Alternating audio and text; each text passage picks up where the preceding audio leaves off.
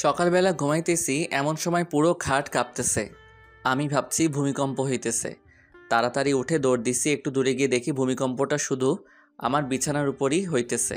গিয়ে দেখি মোবাইলে কল আসছে। শালার মোবাইলটা ভাইব্রেশন মোড ছিল, আমার জানা ছিল না। মোবাইল হাতে নিয়ে দেখি তন্নির কল। কলটা রিসিভ করতেই বলতে শুরু করলো, এই কুত্তা, কল ধরিস না কেন? সরি রে, ঘুমিয়েছিলাম। এবার বল, এত সকাল সকাল কল দিলি কেন? আজকে একটু তাড়াতাড়ি ক্যাম্পাসে আসিস, তোদের একটা গুড নিউজ দিব। কি গুড নিউজ? সেটা ক্যাম্পাসে এলে দেখতে পারবি। আর সানি আয়মানকেও বলে দিস তাড়াতাড়ি আসার জন্য। আমি ফারিয়াকে বলে দিচ্ছি। আচ্ছা ঠিক আছে, এখন ফোন রাখ, ফ্রেশ হব। ওকে। টুট টুট টুট, কলটা কেটে দিল। আমি উঠে ফ্রেশ হতে চলে গেলাম। চলেন, ফ্রেশ হতে হতে আপনাদের পরিচয়টা দিয়ে দিই। আমি জুয়েল, আপাতত স্টুডেন্ট লাইফে আছি। একটু আগে যে কল করেছিল সে আমার বেস্ট ফ্রেন্ড তন্নি। ফ্রেশ হওয়া শেষ, নাস্তা করে ক্যাম্পাসে চলে গেলাম। গিয়ে দেখি আমি ছাড়া সবাই বসে আছে। আমি যাওয়ার পরপরই তন্নি রাগ লুক নিয়ে আমাকে বলল, কি রে হারামি, তোকে আজকে একটু তাড়াতাড়ি আসতে বললাম আর তুই আজকে দেরি করে আসলি। সরি রে, রাস্তায় অনেক জ্যাম ছিল। তোর জন্য সবসময় জ্যাম থাকে, আমরা রাস্তা দিয়ে আসি না। এই হারামখোর, তুই চুপ থাক, সবসময় শুধু চামচামি করস। আচ্ছা বাদ দে না, তখন তন্নি কি বলবি তাড়াতাড়ি বল, আমরা ক্লাসে চলে যাব। আজকে কোনো ক্লাস হবে না, আজকে আমরা একটা পার্টি দিব।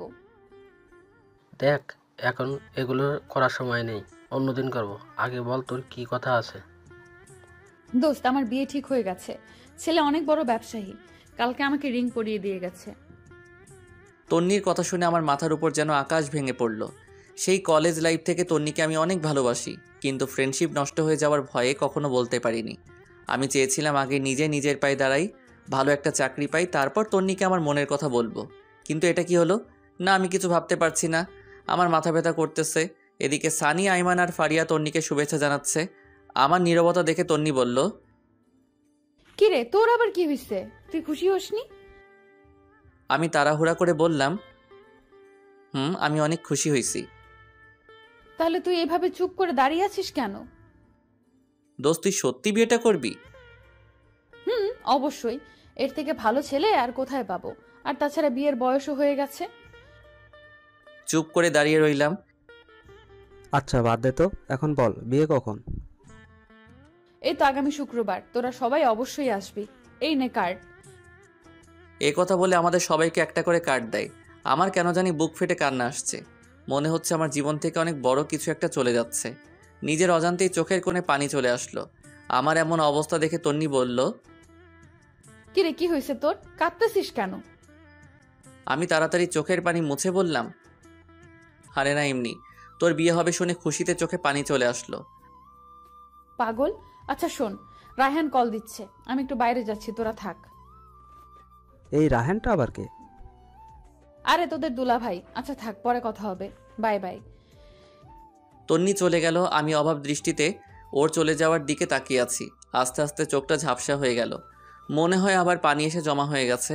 এমন সময় ফারিয়া বলল, আচ্ছা আমি ক্লাসে যাচ্ছি, তোরা কেউ যাবি? তুই যা, আমরা একটু পর আসছি। আচ্ছা ঠিক আছে। তারপর সানিয়া আর আইমান আমার কাছে এসে বলে, কিরে, ঘটনা কি? কিসের ঘটনা? তোর চোখে পানি কেন? এমনি পানি চলে আসছে। তুই কি ভাবছিস আমরা কিছু বুঝি না? আমরা তোর বন্ধু না? এখনো সময় আছে, বলে দে তুই যে তন্নিকে ভালোবাসিস। কি সব বলছিস তোরা? দেখ, এখন নাটক করার সময় নেই। যদি সত্যিই ভালোবাসিস তাহলে তাকে বলে দে, কিছু হবে না, আমরা আছি। আমি আর কিছু না বলে সোজা ক্যাম্পাস থেকে বাসায় চলে আসলাম। সোজা রুমে গিয়ে শুয়ে পড়লাম। তন্নির কথা ভাবছি আর চোখ দিয়ে পানি পড়ছে। ওর কথা ভাবতে ভাবতে কখন যে ঘুমিয়ে পড়েছি মনে নেই। ঘুম থেকে উঠে দেখি সন্ধ্যা হয়ে গেছে। সেই 11টার সময় ঘুমাইছি আর এখন সন্ধ্যা হয়ে গেছে। তন্নির কথা মাথা থেকে কিছুতেই যাচ্ছে না। এর মধ্যে আম্মু আমার রুমে আসে এবং বলে, কি রে, এই অবস্থা হয়েছে কেন তোর? কি হয়েছে আমার? চোখ মুখ লাল হয়ে আছে, দেখে মনে হচ্ছে তুই কান্না করছিস। আরে পাগল নাকি, আমি কেন কান্না করব? অসময়ে ঘুমাইছি তাই হয়তো চোখটা লাল হয়ে আছে। পানি দিলে ঠিক হয়ে যাবে। আচ্ছা ঠিক আছে, ফ্রেশ হয়ে আয়, আমি চা নিয়ে আসতেছি। এরপর ফ্রেশ হয়ে চা খেয়ে ছাদে চলে গেলাম। এক কোণে গিয়ে বসলাম আর 4টার দিকে তাকিয়ে আছি। মনের মধ্যে শুধু তন্নির সাথে কাটানোর সময়গুলো উকি দিচ্ছে। খুব ইচ্ছে করছে চিৎকার দিয়ে বলি, তন্নি আমি তোকে ভালোবাসি, অনেক ভালোবাসি, কিন্তু পারছি না। মনের মধ্যে অজানা একটা ভয় চেপে ধরেছে। একটু পর দেখলাম তন্নি কল করছে। কলটা ধরতে ইচ্ছে করছে না, কয়েকবার দেওয়ার পর রিসিভ করলাম। কিরে, তুই কল ধরিস না কেন? একটু ব্যস্ত ছিলাম, কি বলবি বল। শোন না দোস্ত, কালকে আমরা শপিং করতে যাব, তুইও আমাদের সাথে যাবি। সরি আমি পারবো না, তুই সানি বা আইমানকে নিয়ে যা। তাছাড়া ফারিয়া তো তোর সাথে আছেই।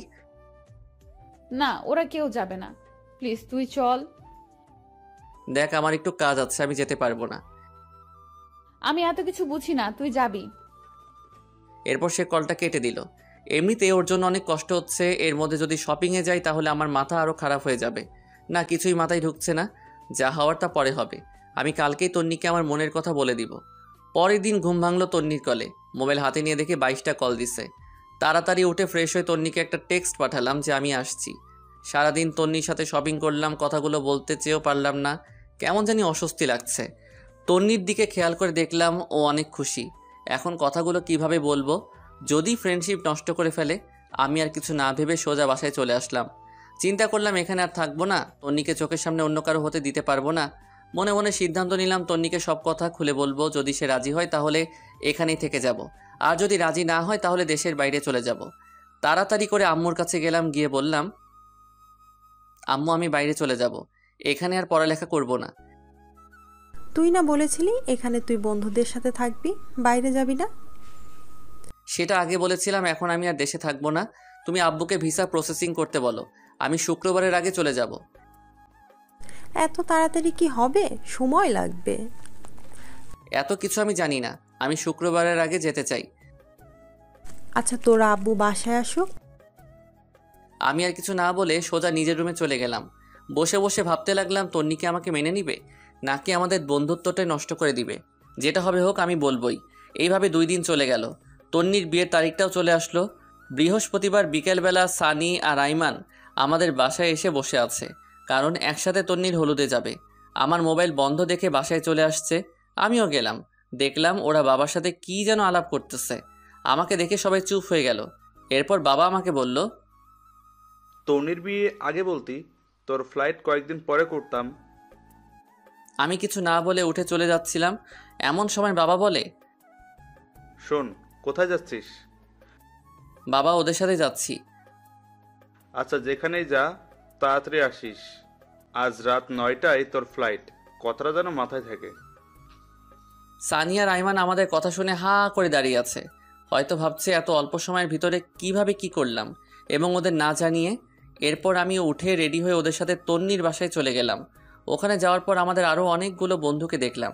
সানি আর আইমান ব্যস্ত হয়ে গেছে, আমি একপাশে গিয়ে বসে আছি আর তন্নিকে খুঁজতেছি, কিন্তু দেখতেছি না, মনে হয় সাজতেছে। একটু পর তন্নি বের হয়ে আসলো, সাথে আরও কতগুলো মেয়ে সহ। আজকে তাকে অনেক সুন্দর লাগছে, যে কেউ দেখলেই প্রেমে পড়ে যাবে। আমারও আর ব্যতিক্রম কিছু হলো না, ওর দিকে হা করে তাকিয়ে আছি। একটু পর তার ধাক্কায় বাস্তবে ফিরে এলাম। কিরে, এইভাবে হা করে কি দেখছিস? কিছু না তন্নি, তোর সাথে আমার কিছু সিরিয়াস কথা আছে। কি কথা বল। এখানে না, ছাদে চল। এখন ছাদে যাব? আচ্ছা ঠিক আছে, চল।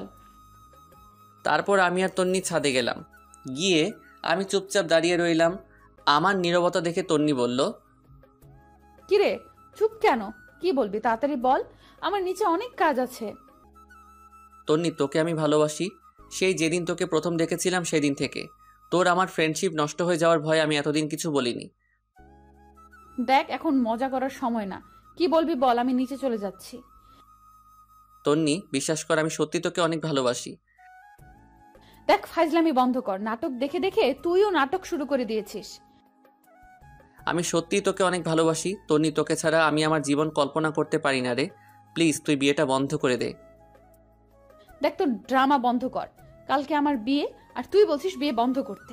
ছি, তুই এত নিচু আগে জানতাম না, তুই জাস্ট আমার ফ্রেন্ড, এর থেকে বেশি কিছু না। আমি তোকে অনেকবার বলতে চেয়েও পারিনি, আমি সত্যি বলছি আমি তোকে অনেক ভালোবাসি। এই কথা বলে আমি তন্নির গালে একটা কিস বসিয়ে দেই, আর সে রাগীভাবে আমার দিকে তাকিয়ে অনেক জোরে একটা ধাক্কা দেয় এবং দুই গালে চর বসিয়ে দেয় আর বলতে থাকে, ছি, আমার ভাবতেই অবাক লাগে তোর মতো ছেলের সাথে আমি ফ্রেন্ডশিপ করেছি, তা আবার বেস্ট ফ্রেন্ড। কালকে আমার বিয়ে আর তুই আজকে এসেছিস আমাকে প্রপোজ করতে। তোর একটু লজ্জা শরম নেই? তুই আমার কথাটা শোন। তোর কোনো কথাই আমি শুনবো না। তুই এখনই আমাদের বাসা থেকে চলে যা। তোকে যেন আর কোনো দিন আমার সামনে না দেখি। তোর আর আমার ফ্রেন্ডশিপ এখানেই শেষ। আজ থেকে তুই আমার সাথে কোনো ধরনের যোগাযোগ করার চেষ্টা করবি না। তন্নি প্লিজ আমার কথাটা শোন। তোর সাথে আর কোনো কথা নাই। তুই এখান থেকে চলে যা, না হলে গলা ধাক্কা দিয়ে বের করে দিব। আমি আর কিছু না বলে চোখ মুছতে মুছতে সেখান থেকে বেরিয়ে গেলাম। এরপর বাসায় গিয়ে রেডি হয়ে বাবা আর আমি এয়ারপোর্টের উদ্দেশ্যে রওনা দিলাম। সানি, আইমান, কাউকে কিছু জানালাম না। এরপর এয়ারপোর্ট থেকে বাবার কাছ থেকে বিদায় নিয়ে চলে গেলাম দেশ ছেড়ে। অনেক কষ্ট হচ্ছিল প্রিয় মানুষগুলোর জন্য, কিন্তু আমি এখানে থাকলে হয়তো আরও বেশি কষ্ট পাবো। যাওয়ার আগে নিজের ভার্চুয়াল জগতের সব কিছু ডিলিট করে দিলাম। একটা নাম্বারও ওপেন রাখলাম না। সেখানে গিয়ে বেশ কিছুদিন মন খারাপ করে বসেছিলাম। পরে নতুন বন্ধু, নতুন ক্যাম্পাস পেয়ে তন্নির কথা প্রায় ভুলেই গেলাম। আস্তে আস্তে ওখানকার পরিবেশের সাথে নিজেকে মানিয়ে নিলাম। দেখতে দেখতে 2 বছর চলে গেল। আমার পড়ালেখাও শেষ। চিন্তা করলাম এখানেই কোনো চাকরি করব, কিন্তু সেটা আর হলো না। আব্বু আম্মু কল দিয়ে কান্নাকাটি করতেছে। আব্বুকে অনেকবার বলছি আমি এখানে চাকরি করব, বাট আব্বু বলল নিজেদের ব্যবসা দেখাশোনা করার জন্য। সেদিন রাতে বসে বসে ল্যাপটপে কিছু কাজ করছি। এমন সময় বড় খালা আসলো।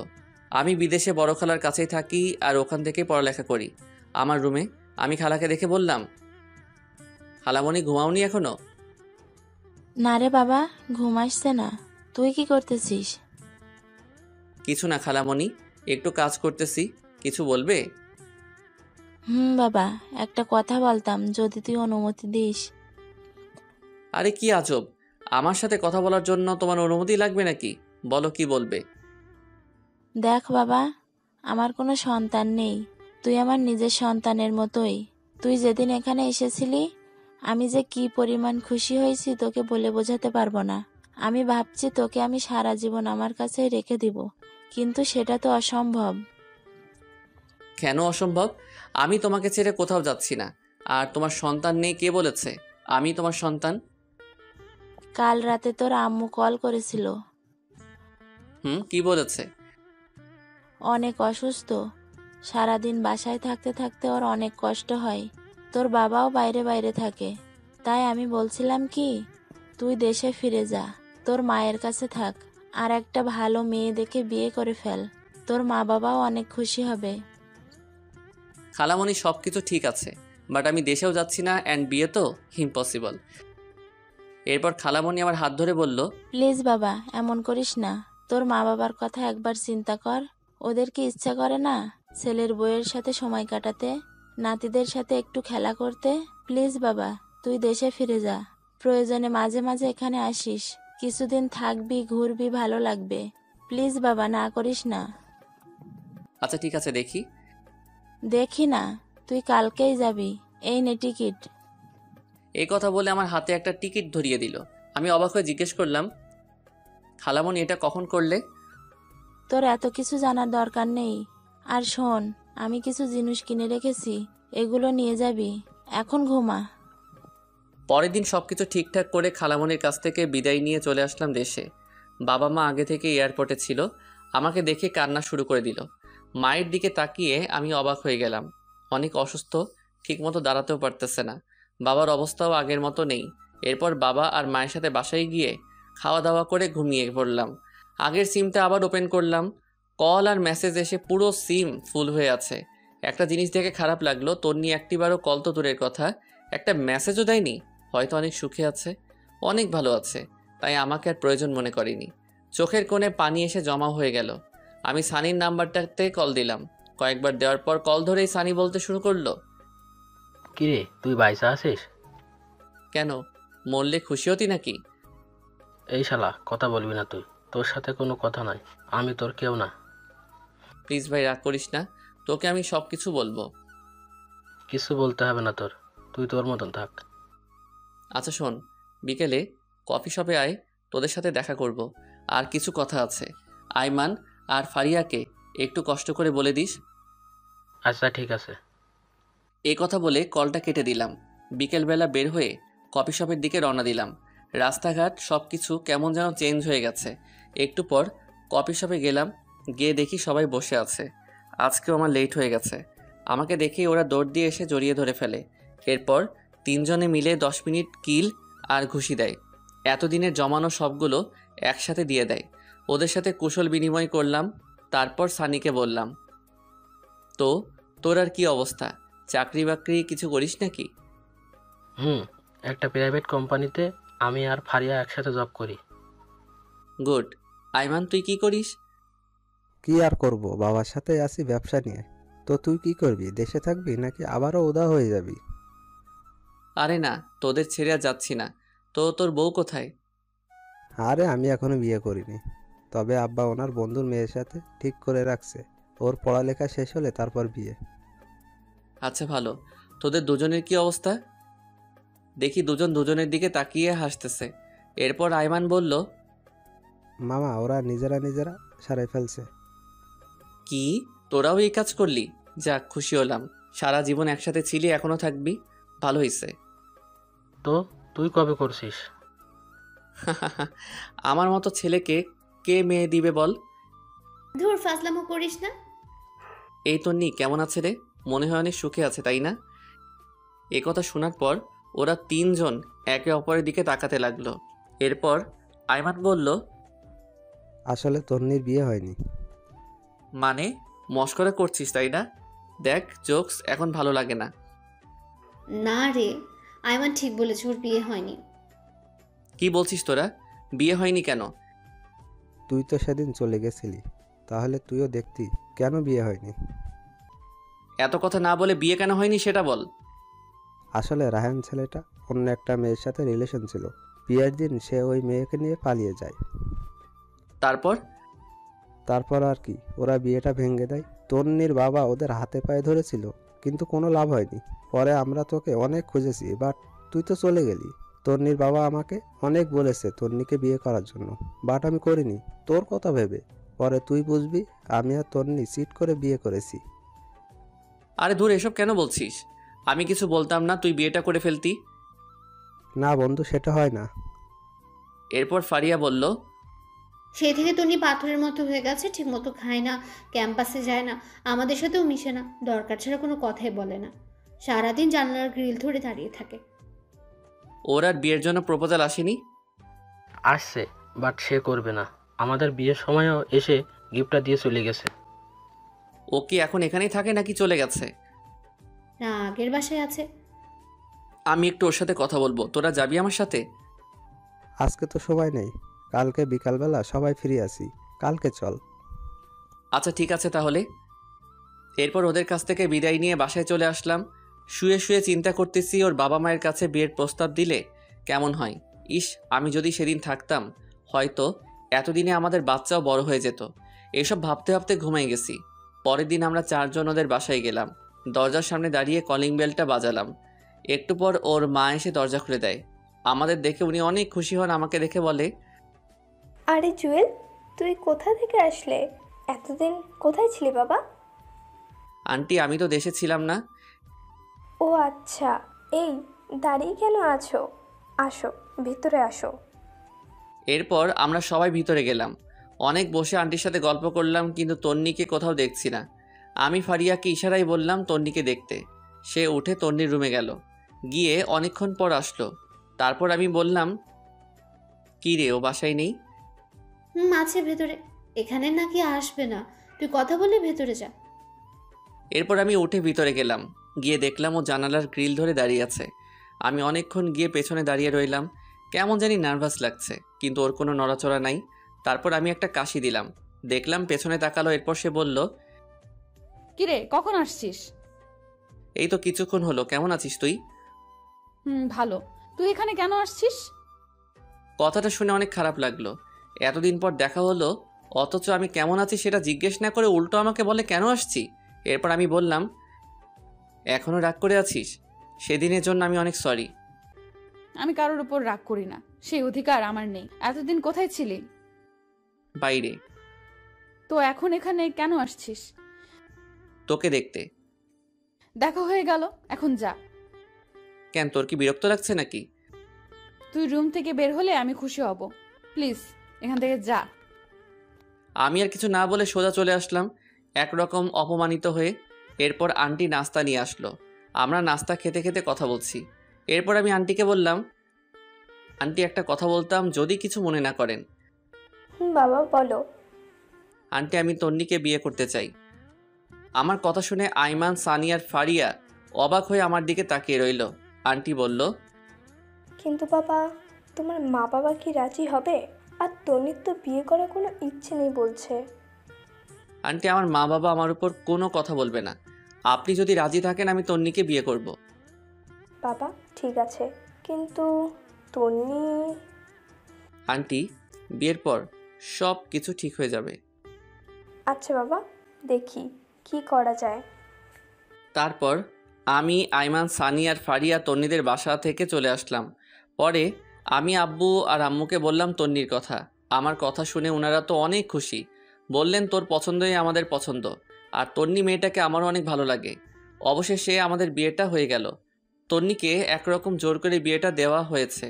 কবুল বলার সময় দেখলাম সে বলতে চাচ্ছে না। ফারিয়া আর ওর মায়ের জোড়াজড়িতে বলল, এখন প্রায় রাত 12টা। আমি সানি আর আইমান ছাদের উপরে বসে বসে আড্ডা দিচ্ছি। এমন সময় ফারিয়া উপরে আসলো আর এসে আমাকে বলল, কি রে তুই এখানে? তো কোথায় থাকবো? আজকে না তোর বাসর রাত? তন্নি অনেক আগে থেকে একা একা বসে আছে, যা ঘরে যা। বন্ধু যা, আর বসে থাকা ঠিক হবে না। এরপর আমি উঠে আস্তে আস্তে রুমের দিকে হাঁটা দিলাম। এমন সময় সানি বলল, মামা, মনে করে বিড়ালটা মারিস, আর কোনো দরকার হলে আমাকে কল দিস। এই ফাজিল, তোর মুখে কি কিছুই আটকায় না? সবাই কি তোর মতো নাকি? আমি আর কিছু না বলে একটা পুচকে হাসি দিয়ে ছাদ থেকে চলে আসলাম। বাসর ঘরের সামনে দাঁড়িয়ে আছি। কেমন জানি ভয় লাগতেছে, আবার লজ্জাও। অনেকক্ষণ দাঁড়িয়ে থেকে আস্তে করে দরজাটা খুলে ভিতরে প্রবেশ করলাম। দরজাটা লাগিয়ে দিলাম। দেখলাম তন্নি মাথা নিচু করে বসে আছে। আমি গিয়ে খাটের উপর বসলাম। এমন সময় তন্নি আমাকে বলল, তোর সাথে আমার কিছু কথা আছে। কি কথা বল।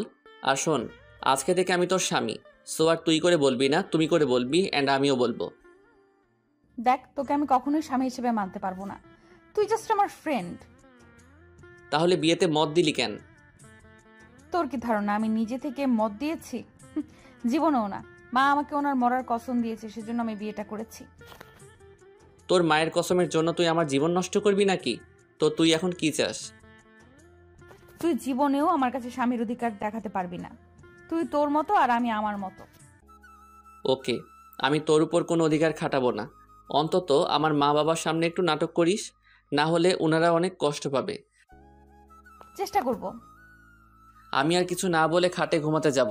এমন সময় তন্নি আবারও চিৎকার দিয়ে উঠে আর আমাকে বলে, কি করছিস তুই? কি করলাম? ঘুমাতে যাচ্ছি। ঘুমাবি ভালো কথা, কিন্তু খাটে কেন? তাহলে কোথায় ঘুমাবো? যেখানে খুশি সেখানে ঘুমা। দরকার হলে সোফায় ঘুমা, বাট খাটে ঘুমাতে পারবো না। এটা আবার কেমন কথা? খাট থাকতে সোফায় কেন ঘুমাবো? কারণ তোর সাথে এক খাটে ঘুমানোর কোনো ইচ্ছাই আমার নেই। সো তুই খাটে ঘুমাবি না। আমি আর কিছু না বলে একটা বালিশ নিয়ে লাইট অফ করে সোফায় ঘুমিয়ে পড়লাম। তন্নিও খাটের উপর শুয়ে পড়ল। আমার কিছুতেই ঘুম আসছে না। পরে আমি উঠে বেলকনিতে চলে গেলাম। মনে মনে ভাবতে লাগলাম, আমার মতো অভাগা হয়তো পৃথিবীতে আর দ্বিতীয়টা নেই। এই বাসরঘর নিয়ে কত কিছু চিন্তা করে রাখছি, বাট কিছুই হলো না। মনে মনে ভাবলাম তন্নির সাথে ফ্রেন্ডশিপটা না হলেই ভালো হতো। সুন্দর একটা জীবন পেতাম। নিয়তি বারবার ওর কাছেই আমাকে নিয়ে আসে। এসব ভাবতে ভাবতে কখন যে চোখের পানি এসে জমা হয়েছে বুঝতেই পারিনি। এমন সময় খেয়াল করলাম রুম থেকে কান্নার আওয়াজ আসছে। আমি তাড়াতাড়ি রুমে ঢুকে লাইটটা অন করলাম। দেখলাম তন্নি ফুপিয়ে ফুপিয়ে কাঁদছে। লাইট অন করতেই কান্না বন্ধ করে দিল। তারপর আমি বললাম, কি রে, তুই এখনো ঘুমাসনি? আর কান্না করতেছিস কেন? না, এমনি। তুই কোথায় ছিলি? বারান্দায় ছিলাম। ঘুমিয়ে পড়, বেশি রাত জাগলে আবার শরীর খারাপ করবে। তুইও ঘুমিয়ে পড়। আমি আর কিছু না বলে লাইটটা অফ করে দিলাম। খেয়াল করে দেখলাম ওর মোবাইলে রায়হান ছেলেটার ছবি। এবার বুঝতে পারছি তন্নি কেন কান্না করছে। হয়তো ছেলেটাকে অনেক ভালোবেসে ফেলেছে। মনে মনে ভাবলাম, বালিকা, তুমি আমাকে চেনো না। আমি কোন জলের মাছ, তোমাকে আমার প্রতি দুর্বল করে তারপর প্রত্যেকটা কথার প্রতিশোধ দিব। কোথাকার একটা ছেলের জন্য তুমি আমার ভালোবাসাকে 2 টাকার দামও দিচ্ছ না। এইসব ভাবতে ভাবতে কখন যে ঘুমিয়ে গেছি মনেই নেই। সকালবেলা একটা মিষ্টি কাণ্ডে ঘুম ভাঙলো। তাকিয়ে দেখে এটা তন্নি, এইমাত্র গোসল করে আসছে। ওর চেহারাটা অনেক মায়াবী লাগছে। আমি অনেকক্ষণ তাকিয়ে থাকার পর তন্নি বলল, ওই এইভাবে ছ্যাঁচড়াতের মতো তাকিয়ে না থেকে তাড়াতাড়ি উঠে ফ্রেশ হয়ে নে। আম্মা এসে কয়েকবার ডেকে গেছে নাস্তা করার জন্য। আমি কিছুই না বলে ওয়াশরুমে চলে গেলাম। ফ্রেশ হতে হতে ভাবলাম তন্নি মনে হয় জীবনেও আমাকে মেনে নিবে না। ফ্রেশ হয়ে রুমে আসতে দেখলাম তন্নি মনমরা হয়ে বসে আছে। আমাকে দেখেই নিচে চলে গেল। আমিও রেডি হয়ে নিচে গেলাম। গিয়ে দেখি আমি ছাড়া সবাই বসে আছে। সবাই একসাথে নাস্তা করলাম। এরপর বাবা বললেন, নাস্তা করে দেখতো আয়মান আর সানি কোথায়? ওদের বাবুর্চির কাছে পাঠাইছিলাম। বাবার কথা শুনে আমি হাসা শুরু করলাম। হায় রে, আমার বন্ধুগুলো বাবুর্চির কাজ করছে। তারপর বাবা বললেন, না হেসে বাইরে গিয়ে ওদের দেখ। আর শোন, কালকে তাড়াতাড়ি উঠিস, অফিসের কলিগদের সাথে পরিচিত হবি আর অফিস বুঝে নিবি। আমি আর যাব না। কিন্তু বাবা। কোনো কিন্তু না, যেটা বলছি সেটাই। তারপর নাস্তা করে সানি আয়মানকে খুঁজতে লাগলাম। বেশ ভালোভাবেই বউ ভাতের অনুষ্ঠানটা শেষ হয়। এরপরে রাতে যখন আবার ঘুমাতে যাই, গিয়ে দেখি তন্নি আগে থেকেই বিছানায় শুয়ে আছে। আমি কিছু না বলে ছাদে চলে গেলাম। সারা রাত ওখানে কাটিয়ে দিলাম। পরের দিন সকালবেলা নাস্তা করে বাবার সাথে অফিসে চলে গেলাম। বাবা সবার সাথে পরিচয় করিয়ে দিলেন এবং এটাও বললেন যে আজ থেকে আমি ওদের বস। সবাই আমাকে অভিনন্দন জানালো। সেদিন সবার সাথে পরিচিত হয়ে বাসায় চলে আসলাম। এইভাবে 1 সপ্তাহ চলে গেল। তন্নির সাথে আমার আর তেমন কথা হয় না, দরকার ছাড়া আর কোনো কথা নেই। সেদিন সকালে নাস্তা করে অফিসে এসে কিছু দরকারি কাজ সেরে নিলাম। তারপর চেয়ারটাতে গা এলিয়ে দিয়ে চোখটা বন্ধ করলাম। এমন সময় ইউসুফের কল। কি রে দোষ, কি অবস্থা? বিয়ে করে তো আমাদের ভুলেই গেলি। আরে না, কি যে বলিস, তোদের কেন ভুলবো? দোষ, তোর বিয়েতে আসতে পারিনি, আম্মু অসুস্থ ছিল, কিছু মনে করিস না। আরে না, তো বল আন্টি কেমন আছে? আগের থেকে ভালো। তোর বাসার সবাই কেমন আছে? না রে দোস্ত, তেমন ভালো নাই। আম্মু আব্বু দুজনই অসুস্থ। এক কাজ কর, ওনাদেরকে নিয়ে দূরে কোথাও থেকে ঘুরে আয়। যদি পারিস দেশের বাইরে চলে যা, ভালো লাগবে। ঠিক বলেছিস। আচ্ছা দেখি কি করা যায়। এই কথা বলেই কলটা কেটে দিলাম। মনে মনে চিন্তা করলাম কোথাও থেকে ঘুরে আসলে মন্দ হয় না। এগুলো ভাবতে ভাবতে দেখি টিফিনের সময় হয়ে গেছে। আমি হালকা কিছু খেয়ে নিলাম। এরপর চিন্তা করলাম তন্নিকে একটা কল দেই, খেয়েছি কিনা জিজ্ঞেস করি। এরপর তন্নিকে কল দিলাম। কিছুক্ষণ রিং হওয়ার পর কলটা ধরলো, বিরক্ত নিয়ে বলল, কি ব্যাপার, তুই এই সময় কেন কল দিলি? না মানে খেয়েছিস কিনা জানার জন্য। দেখ, তোর আমাকে নিয়ে এত ভাবতে হবে না, আমাকে আমার মতো থাকতে দে। তারপর সে কলটা কেটে দিল। বুঝলাম না তন্নি কেন আমার সাথে এই রকম ব্যবহার করে। আমি তোর ভালো চাই, তবু সে কেন বোঝে না। না থাক, আজ থেকে ওর কেয়ার করব না। ওর মতো ও থাকবে আর আমার মতো আমি থাকবো। এগুলো চিন্তা করতে করতে আবার কাজে মন দিলাম। রাতে বাসায় গিয়ে দেখলাম বাবা বসে বসে খবর দেখছে আর মা রান্নাঘরে। আমি বাবার সামনে গিয়ে দাঁড়ালাম। আমার দাঁড়িয়ে থাকা দেখে বাবা বলল, কিরে, কিছু বলবি নাকি? জি বাবা, একটা কথা বলার ছিল। যদি কিছু মনে না করো তাহলে বলতাম। আরে পাগল, আমার সাথে কথা বলার জন্য তোর অনুমতি লাগবে নাকি? বল, কি বলবি? আসলে বাবা বলছিলাম কি, সারাদিন অফিস কাজ এগুলো করতে করতে তোমাদের সময় দিতে পারি না। চলো না আমরা সবাই মিলে কোথাও থেকে কয়েকদিনের জন্য ঘুরে আসি, সবার ভালো লাগবে।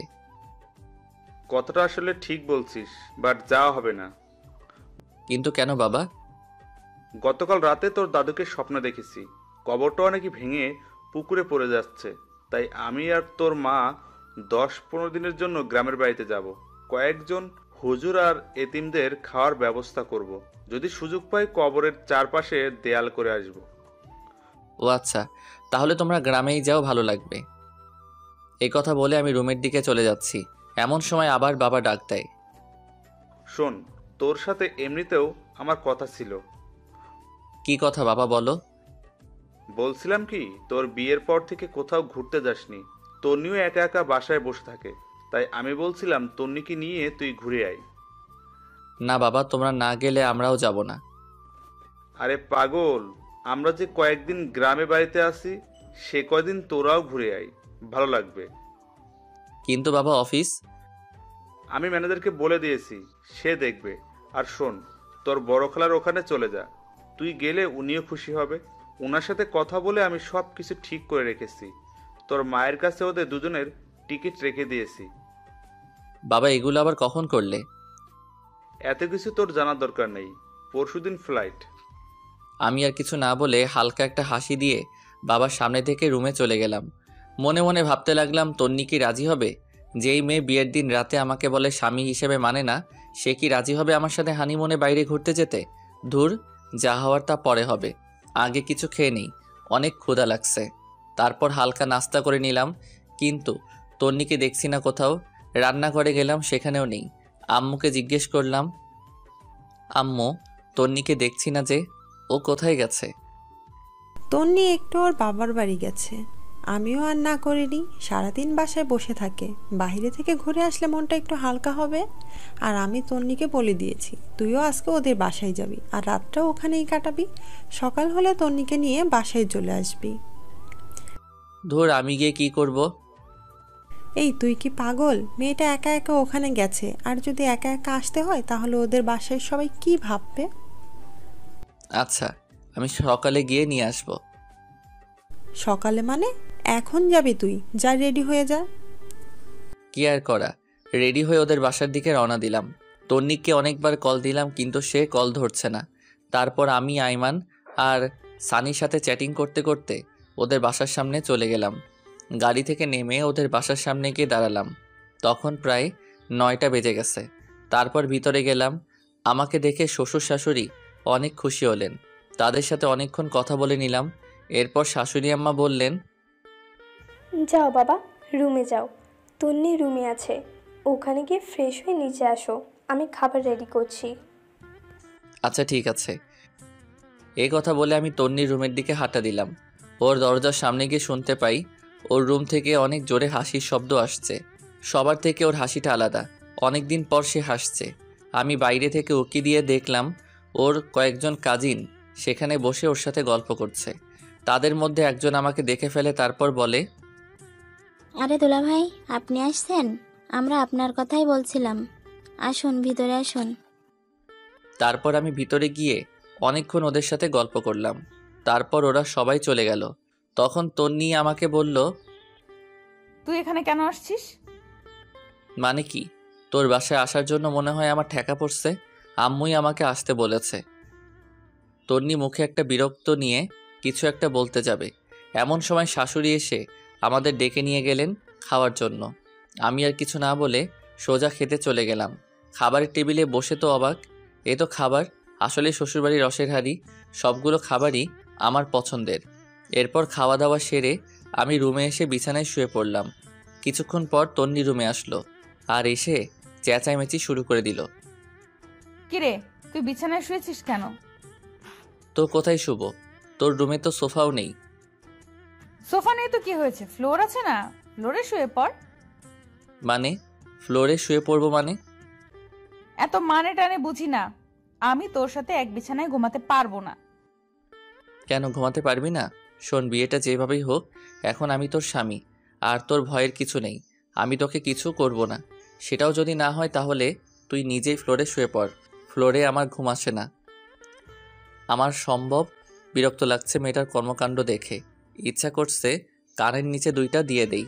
এরপর সে আবার বলতে শুরু করলো, এই শোন, এটা আমার রুম, সো বিছানাও আমার বিছানায় আমি ঘুমাবো। তো কি হয়েছে? ভুলে গেছিস এতদিন আমার বিছানায় ছিলি আর আমি সোফায় ছিলাম? আমি নিজের ইচ্ছায় ঘুমাইনি, তুই তো বললি আমাকে বিছানায় ঘুমাতে। ধুর, এই ফালতুর সাথে কথা বলে পারা যাবে না, তাই আমি নিজেই ফ্লোরে শুয়ে পড়লাম। শুয়ে শুয়ে ভাবতেছি তন্নি যদি কালকে আমাদের বাসায় যাওয়ার পর শুনে যে আমি হানিমুনের ব্যবস্থা করে আসছি তখন কি করবে। এগুলো ভাবতে ভাবতে দেখলাম ফকিন্নি খুব আরাম করে ঘুমিয়ে আছে। মনে মনে বললাম, তন্নি তুই হয়তো জানিস না আমি কি জিনিস। তোরে আমি এমন সোজা করব যে তুই আমাকে ছাড়া কিছুই বুঝবি না। এসব ভাবতে ভাবতে কখন যে ঘুমিয়ে পড়েছি নিজেও জানি না। খুব সকালবেলা ঘুমটা ভেঙে গেল। ঘুম থেকে উঠতে যাব এমন সময় দেখি পুরো পিঠটা ব্যথা করতেছে। করারও কথা। সারা রাত ফ্লোরে ছিলাম, তাই একটু বেশি ব্যথা করছে। খাটের দিকে তাকিয়ে তন্নি খুব আরামে ঘুমিয়ে আছে। ঘুমন্ত অবস্থায় ওকে একদম বাচ্চাদের মতো লাগছে, মুখটা অনেক মায়াবী লাগছে। আমি অনেকক্ষণ তাকিয়ে রইলাম। একটু পরে দেখলাম ওর কতগুলো চুল উড়ে এসে মুখটা ঘুরে রাখছে। ইচ্ছে করছে চুলগুলোকে আলতো করে আবার পেছনে সরিয়ে দেই। বিয়ের পর থেকে এখনো পর্যন্ত তন্নিকে টাচও করিনি। এখন খুব ইচ্ছা করছে ওর মায়াবী মুখটা একটু হাত বুলিয়ে দিতে, কিন্তু যদি জেগে যায় তাহলে আমার 12টা বাজাবে। কিন্তু নিজের ইচ্ছেটাকে আর কন্ট্রোল করতে পারলাম না। ওর মুখের চুলগুলো আস্তে আস্তে সরাতে লাগলাম। হঠাৎ করেই তন্নির ঘুম ভেঙে যায় আর আমাকে ওর এত কাছে দেখে চিৎকার দিয়ে ওঠে এবং সাথে সাথে আমার মুখে ঠাস ঠাস 2টা চড় বসিয়ে দেয়। তারপর রেগে চোখ মুখ লাল করে আমাকে বলতে লাগলো, ছি, তুই এত নোংরা! আমি তো তোকে ভালো মানুষ ভাবছিলাম, কিন্তু তুই যে এত নিম্নমানের আমি তো জানতাম না। তোর সাথে কথা বলতেই আমার রাগ হচ্ছে। তুই ভুল ভাবতেছিস, আমার কথা শোন। তোর কোনো কথাই আমি শুনবো না। এমন সময় তন্নির আম্মু এসে আমাদের ডাক দেয় এবং বলে তাড়াতাড়ি নিচে যেতে, নাস্তা রেডি। তারপর আমি আর কিছু না বলে ওয়াশরুমে চলে যাই। ফ্রেশ হয়ে এসে ওর রুমে বসে আছি, সেও কোথায় যেন গেছে। বসে বসে ভাবছি, মানুষ কাউকে সহজে অবিশ্বাস করতে পারে। আমি যদি জোর করে কিছু করার চেষ্টা করতাম তাহলে তো বিয়ের প্রথম রাতেই করতে পারতাম, বাট ওগুলো তো আমার মনে নেই। একটু পর তন্নি এসে আমাকে নিয়ে নাস্তা করতে গেল। আমিও কোনো কথা না বলে চুপচাপ নাস্তা করে রুমে চলে আসলাম। এসে রেডি হচ্ছি, কারণ তন্নিকে বাসায় দিয়ে এসে আমি আবার অফিসে চলে যাব। তন্নিও রেডি হয়ে আসলো, অতপর তাকে বাসায় দিয়ে আসলাম। অফিসে গিয়ে দেখি অনেক কাজ জমে আছে, এক নাগাড়ে করতে লাগলাম। ঘড়ির দিকে তাকিয়ে দেখি 2টা বাজে। না, এখন আর কাজ করা যাবে না। আমি উঠে নামাজ পড়লাম, তারপর ক্যান্টিনে গেলাম নাস্তা খাওয়ার জন্য। এমন সময় তন্নির কল আসলো। বলো, কি হয়েছে? কিন্তু কলটা দিয়েছে বাবা। তারপর উনি বলল, তনি না, আমি তোর বাবা বলছি। বাবা, এই সময় কল দিয়েছো, কিছু বলবে? তুই এখন কোথায়? ক্যান্টিনে এসেছি নাস্তা করার জন্য। নাস্তা করার দরকার নেই, তুই বাসায় আয়, একসাথে খাবো। কিন্তু বাবা। কোনো কিন্তু না, তোর সাথে কথা আছে। আচ্ছা ঠিক আছে, আসতেছি। এরপর আমি বাসায় চলে গেলাম। গিয়ে দেখি সবাই খাবার টেবিলে বসে আছে, মনে হচ্ছে আমার জন্য বসে আছে। আমি গিয়ে মায়ের পাশে বসলাম। খাওয়া দাওয়া শুরু হলো। একসময় বাবা বলল, তোকে যে বলেছিলাম আমরা গ্রামের বাড়ি যাব, মনে আছে তোর? তোর দাদা দাদুর কবর পাকা করব। আছে, কিন্তু কিন্তু কি? আমি কোথাও যেতে পারবো না। আরে তুই আমাদের সাথে যাবি কেন? তোরা তো ঘুরতে যাচ্ছিস। না বাবা, আমরা কোথাও যাচ্ছি না। দরকার হলে তন্নিকে তোমাদের সাথে নিয়ে যাও। দেখলাম তন্নি আমার দিকে আর চোখে তাকিয়ে আছে। তারপর মা বললেন, এটা কেমন কথা? তুই না কালকে বললি তোরা ঘুরতে যাবি? বলেছিলাম, বাট আর যাব না, আমার কাজ আছে, সব কিছু ক্যান্সেল করে দিয়েছি। তারপর বাবা তন্নিকে জিজ্ঞেস করলো ওনাদের সাথে যাবে কি না। তন্নি না করে দিল। আমিও আর কিছু না বলে সোজা রুমে চলে গেলাম। বিকেলবেলা আর অফিসে গেলাম না। সেই দিন বিকেলবেলা সানি আর আইমানের সাথে আড্ডা দিলাম অনেকক্ষণ। এর মধ্যে আইমান আমাকে বলল, এই জুয়েল, তন্নি কি তোকে মেনে নিয়েছে নাকি এখনও পাগলামি করে? আমি টেনশনে পড়ে গেলাম। সত্যি বলবো নাকি মিথ্যা বলবো চিন্তা করতেছি। আর চুপ করে থাকা দেখে সানি বলল, আমরা সব জানি, তবুও তোর মুখ থেকে শুনতে চাই। তাহলে আমরা নিজেরা কিছু করে সব কিছু ঠিকঠাক করতে পারবো মনে হয়। সানি আর আইমানের কথা শুনে একটু শান্তি লাগলো। আসলে বন্ধু ছাড়া কোনো কিছু হয় না। তারপর আমি পুরো ঘটনাগুলো ওদের দুজনকে বললাম। তারপর আমি সানিকে বললাম, এই সানি, ফারিয়াও তো আমাদের বন্ধু, বাট তুই যে ওকে বিয়ে করেছিস, সে কি তোর সাথে এমন করে? আরে না, ও আমার অনেক কেয়ার করে। আরে সানি তো বাসরাতেই বিড়াল মেরে ফেলেছে। এই কথা বলে সবাই হাসাহাসি শুরু করলাম। একটু পর আইমান আমাকে বলল, জুয়েল শোন, একটা বুদ্ধি দেই, আমার ধারণা 100% কাজ দিবে। আরে তাড়াতাড়ি বল। তুই আজ থেকে তন্নির কেয়ার করবি না, ওকে সবসময় এড়িয়ে যাবি, খারাপ ব্যবহার করবি, দেখবি সোজা হয়ে গেছে। আরে না, এটা কি করে হয়? আমিও ওকে অনেক ভালোবাসি। আরে বেটা শোন, ভালোবাসি বললে লাভ হবে না, ওর মনেও ভালোবাসা আনতে হবে। তুই আজ থেকে ওকে এড়িয়ে যা, দেখবি ও ঠিক হয়ে যাবে। আচ্ছা দেখি কি করা যায়। এরপর আমি বাসায় চলে যাই। রুমে ঢুকলাম, সাথে সাথে তন্নির প্রশ্ন করা শুরু হয়ে গেল। কোথায় ছিলি এতক্ষণ? অফিসে ছিলাম। অফিস কি 12টা পর্যন্ত হয় নাকি? সেটা তো না জানলেও চলবে। আর আমি কি করব না করব, কোথায় যাব নাকি যাব না, সেটা তোকে বলতে হবে নাকি? আমাকে বলতে হবে না, এত রাত পর্যন্ত জেগে থাকতে আমি পারবো না। তোকে জেগে থাকতে কেউ বলেছে নাকি? তুই ঘুমা। তুই আমার সাথে এইভাবে কথা বলতেছিস কেন? কিভাবে বলছি? সারাদিন অফিস করছি, বিরক্ত লাগছে। যা। ও, এখন তো বিরক্ত লাগবে তাই না? চুপ করবি নাকি কানের নিচে 2টা দিব? কি, তুই আমাকে মারবি? তোকে মারতে কি কারো পারমিশন লাগবে নাকি? চুপ কর, নইলে লাথি দিয়ে রুম থেকে বাহির করব। দেখলাম তন্নি চোখ মুখ লাল করে শুয়ে পড়ল। মনে মনে আইমানকে ধন্যবাদ দিলাম। আসলে আপনারা যেমনটা দেখছেন, বাস্তবে আমি তেমন নই। এই ব্যবহারের মাধ্যমে যদি তন্নি ভালো হয়, সেজন্যই এমন করতেছি। আমিও আর কিছু না বলে লাইট অফ করে দিয়ে সোফায় শুয়ে পড়লাম। সকালে ঘুম থেকে উঠে দেখলাম তন্নি বিছানায় নেই। আমি ফ্রেশ হয়ে নিচে গেলাম। দেখলাম তন্নি আব্বু আম্মুর ব্যাগ আর জিনিসগুলো রেডি করে দিচ্ছে। আমি যাওয়ার পর সবাই নাস্তা করতে বসলাম। মা বললেন, শোন, একটা কথা বলতাম। বলো। আমরা যাওয়ার পর তন্নি একটু ওর বাবার বাড়ি যাবে, তুই একটু দিয়ে আসিস। আমার সময় নেই, যে যাওয়ার সে একাই যাবে। আর বাপের বাড়ি থেকে কালকেই তো আসলো। আমরা যাওয়ার পর বাসায় তো কেউ থাকবে না, তুই থাকবি অফিসে, তাই বললাম। দেখো, এত কিছু আমি বুঝি না, ও গেলে একাই যাবে। আর কিছু না বলে নাস্তা করে উঠে গেলাম। তারপর বাবা মাকে আমি বাস স্টপে দিয়ে আসলাম। বাসায় এসে দেখি তন্নি নেই। কল দিলাম, ধরতেছে না। আমি ওর কল না দিয়ে রেডি হয়ে অফিসে চলে গেলাম। দুপুরবেলা ক্যান্টিনে খাবার খেতে গেলাম। বাবা মাকে কল দিয়ে জিজ্ঞেস করলাম কত দূর গেছে। অনেকক্ষণ কথাবার্তা বলে কল কেটে দিলাম। হঠাৎ করে তন্নির কথা মনে পড়ল। আমি এবার তন্নিকে কল না দিয়ে শাশুড়িকে কল দিলাম। হ্যালো, আসসালামু আলাইকুম। ওয়ালাইকুম আসসালাম। বাবা, কেমন আছো? আছি ভালো। আপনারা সবাই কেমন আছেন? আছি, সবাই ভালো। খাওয়া দাওয়া করছেন? তন্নি খেয়েছে? এই তো আমরা করতেছি, তুমি করছো? জি, নাস্তা করতেছি। অফিস শেষে আমাদের ওখানে চলে আসিও, তোমার আব্বু আম্মুর সাথে আমার কথা হয়েছে। কিন্তু কোনো কিন্তু না, আমি বলছি তুমি চলে আসিও। আচ্ছা ঠিক আছে। কলটা কেটে দিলাম। তারপর সানি আর আইমানকে কল দিলাম। সব কিছু বললাম, ওরাও বলতেছে চালিয়ে যাওয়ার জন্য। রাত প্রায় 8টা। আমি ওদের বাসার সামনে গেলাম। তন্নিকে কল দিব চিন্তা করলাম, কিন্তু দিলাম না। কলিং বেল দেওয়ার সাথে সাথে তন্নি এসে দরজা খুলে দিয়ে গেছে। মনে হয় আমার জন্যই ওয়েট করতেছিল। আমি শ্বশুর শাশুড়ির সাথে কথা বলে তন্নির রুমে গেলাম। আমার সাথে কোনো কথা বলতেছে না। আমি ওয়াশরুমে গিয়ে ফ্রেশ হয়ে আসলাম। একটু পর শাশুড়ি এসে খাওয়ার জন্য ডেকে গেল। আমিও সোজা নিচে চলে গেলাম। খাওয়া দাওয়া করে বাইরে বের হলাম। আব্বুকে কল দিলাম। অনেকক্ষণ কল দিয়ে কথা বললাম। এরপর বাসায় আসলাম। রুমে যাওয়ার সাথে সাথে তন্নি অনেক জোরে দরজাটা লাগিয়ে দিল। কি রে, এত জোরে দরজা দিলি কেন? তুই এখানে কেন আসছিস? মানে কি? তোর মাই তো বলল। মা বললে আসতে হবে নাকি? দেখ, বেশি কথা বলবি না। তোরে দেখলে আমার রাগ হয়। যা শুয়ে পড়। তুই আমার রুম থেকে বের হ। তুই কি আমাকে অপমান করছিস? ধরে নে তাই, তুই আমার রুমে থাকতে পারবি না। ভুলে গেছিস সবসময় আমার রুমেই থাকিস অ্যান্ড আমার খাটে? তুই কি যাবি নাকি গলা ধাক্কা দিব? আমি আর কিছু না বলে বের হয়ে গেলাম। চিন্তা করলাম নিজের বাসায় চলে যাব, কিন্তু এত রাতে যাওয়া রিস্কি হয়ে যাবে। তাছাড়া শ্বশুর শাশুড়িও খারাপ মনে করবে। আর কিছু চিন্তা না করে সোজা নিচে চলে গেলাম। অনেকক্ষণ হাঁটাহাঁটি করলাম, সময় যাচ্ছে না কিছুতেই। তারপর গিয়ে গেস্ট রুমের সোফায় গিয়ে শুয়ে পড়লাম। সকালবেলা শাশুড়ির ডাকে ঘুম ভাঙলো। আমাকে সোফায় দেখে উনি বলল, এ কি বাবা, তুমি সোফায় কেন ঘুমিয়েছো? রুমে যাওনি?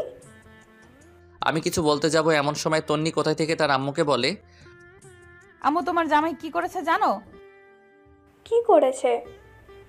কাল রাতে আমাকে গান শোনানোর জন্য বলেছিলাম, সে শোনায়নি, তাই শাস্তি দিয়েছি যে আমার সাথে আজকে ঘুমাতে পারবে না। আমি তো পুরো টাসকি খেয়ে বসে আছি। ফকিন্নি কত বড় মিথ্যা কথা বলল। বাহ, কি সুন্দর নিজেকে বাঁচিয়ে নিল। তারপর শাশুড়ি আমাকে বলল, বাবা, আমার মেয়েটার গান পছন্দ করে, তুমি মাঝে মাঝে একটু গান শুনিও। আর তুইও সামান্য একটা গানের জন্য বুঝি কেউ রুমে থাকতে দেয়? আমি দুঃখ ভারাক্রান্ত একটা হাসি দিয়ে ওয়াশরুমে গিয়ে ফ্রেশ হয়ে নাস্তা করে অফিসে চলে গেলাম। একটু পর আমাদের অফিসের একটা কলিগ আমার রুমের সামনে আসলো। হ্যালো স্যার, আসতে পারি? আরে আদিবা, আসো আসো। Thanks sir. কিছু বলবে? বলছিলাম কি স্যার, আগামী সপ্তাহে আমি একটু বাড়ি যাব, আমার চাচাতো ভাইয়ের বিয়ে। ও আচ্ছা, ছুটি লাগবে এই তো? জি স্যার। কতদিন লাগবে? স্যার 7 দিন হলে ভালো হতো। আচ্ছা ঠিক আছে, যাও, দিলাম, ভালোভাবে যাবে। ধন্যবাদ স্যার। এরপরে দেখলাম আদিবা কিছু বলবে কিন্তু বলছে না, শুধু ছটফট করছে। তাকে আমি বললাম, কি কিছু বলবে নাকি? আসলে স্যার একটা কথা বলার ছিল। সমস্যা নাই, বলো। স্যার এখানে তো আমার কেউ নেই, আপনাকে বড় ভাইয়ের মতো দেখি। যদি ভাই হিসাবে আমার একটা উপকার করতেন খুব খুশি হতাম। আরে পাগল নাকি তুমি? কোনো সমস্যা নাই, তুমি নির্ভয় বলো। স্যার অনেক দিন পর বাড়ি যাচ্ছি তো, আব্বু আম্মুর জন্য কিছু শপিং করব আর কিছু জিনিস নিব। আপনি যদি বিকেলবেলা আমার সাথে একটু শপিংয়ে যেতেন অনেক উপকার হতো। আচ্ছা ঠিক আছে, যাব। ধন্যবাদ স্যার। এই কথা বলে আদিবা তার ডেস্কে চলে গেল। বিকেলবেলা আদিবার সাথে শপিং মলে গেলাম, অনেক কিছু নিলাম। ওর বাবার জন্য, ওর মায়ের জন্য। অনেক কেনাকাটা করার পর আদিবা একটা কসমেটিক্সের দোকানে গেল। আমিও ওর পিছে পিছে গেলাম। আদিবার ব্যাগগুলো আমার কাছে ছিল। কসমেটিক্সের দোকানে যাওয়ার পর আমি আর আদিবা পাশাপাশি দাঁড়িয়েছিলাম। সেখানে গিয়ে বিশাল আকারের একটা শট খেলাম। দেখলাম তনিও সেখানে তার বান্ধবীদের সাথে কি যেন কিনতেছে। আমাকে আদিবার সাথে দেখে আমার সামনে এসে বলে, মেয়েটা কে? ও আমার। পুরোটা বলার আগেই আমার গালে একটা চড় বসিয়ে চোখ মুখ লাল করে কাঁদতে কাঁদতে দোকান থেকে বের হয়ে গেল। তন্নির কয়েকটা বান্ধবী এসে আমাকে বলল, ছি, ভাইয়া বাসায় বউ রেখে বাইরে মেয়ে নিয়ে ঘুরেন, আপনার লজ্জা করে না একটু? তারপর সবাই দোকান থেকে বের হয়ে গেল। লজ্জায় আমার পুরো মুখ লাল হয়ে গেল। খারাপটাই সবাই দেখল, আসল কাহিনীটা কারো চোখে পড়ল না। তারপর আমি আর আদিবাও বের হয়ে গেলাম। আদিবা আমাকে বলল, সরি স্যার, আমার জন্য আজকে আপনাকে অপমানিত হতে হয়েছে। আরে ধুর, এগুলো কিচ্ছু না। তোমার কি দোষ? কেউ তো আসল কথা জানে না, সেজন্য রিয়্যাক্ট করতেছে। ম্যাডাম কিন্তু অনেক রাগ করছে। এটা কোনো সমস্যা না, সব ঠিক হয়ে যাবে। স্যার একটা কথা বলতাম। বলো। ম্যাডামের নাম্বারটা কি আমাকে দিবেন? আমি সব বুঝিয়ে বলবো। আরে তুই কল দিলে সে আরো বেশি রিয়্যাক্ট করবে, উল্টো তোমাকে অপমান করবে। সমস্যা নেই স্যার, আপনি নাম্বারটা আমাকে দেন। আর এটা ধরেন। কি এটাতে? স্যার আপনাদের বিয়েতে তো যেতে পারিনি, তাই ম্যাডামের জন্য আমার পক্ষ থেকে একটা গিফট। তুমি আবার এটা কখন কিনলে? সেটা আপনার না জানলেও চলবে, আপনি এটা নেন আর নাম্বারটা দেন। ধন্যবাদ, এই নাও নাম্বার। তারপর আমি নাম্বারটা দিয়ে দিলাম। গিফটটা নিয়ে আদিবাকে একটা রিকশায় উঠিয়ে দিয়ে আমি বাসায় চলে আসলাম। এসে গিফটটা খুলে দেখলাম একটা নীল শাড়ি। অনেক সুন্দর, তন্নিকে অসাধারণ লাগবে। এরপর আমার মাথায় একটা বুদ্ধি আসলো, ফারিয়াকে কল দিয়ে সব কিছু বলে দেই, কারণ তন্নি আজকের বিষয়টা ফারিয়ার সাথে শেয়ার করবে। আমি ফারিয়াকে কল দিয়ে সব কিছু বলে দিছি এবং এটাও বলে দিয়েছি যে এমনভাবে কথা বলবে যেন তন্নির প্রচুর রাগ হয়। বাসায় একা একা ভালো লাগছে না, আব্বু আম্মুও নাই, তন্নিও নাই। আমি তন্নিকে কল দিলাম, বাট নাম্বার বন্ধ। এরপর তন্নির আম্মুর কাছে কল দিলাম। হ্যালো, আসসালামু আলাইকুম। ওয়ালাইকুম আসসালাম। বাবা কেমন আছো? জি ভালো, আপনি? আছি মোটামুটি। তন্নি কোথায়? ওর নাম্বার বন্ধ কেন? কি জানি বাবা, বিকেলে কোথায় থেকে কাঁদতে কাঁদতে এসে রুমের দরজা বন্ধ করে দিয়েছে। অনেকবার ডেকেছি, দরজা খুলছে না, কিছু খাচ্ছেও না। তোমার সাথে কি কিছু হয়েছে? না, আমার সাথে কিছু হয়নি। তো বাবা আজকে আমাদের বাসায় আসবে না?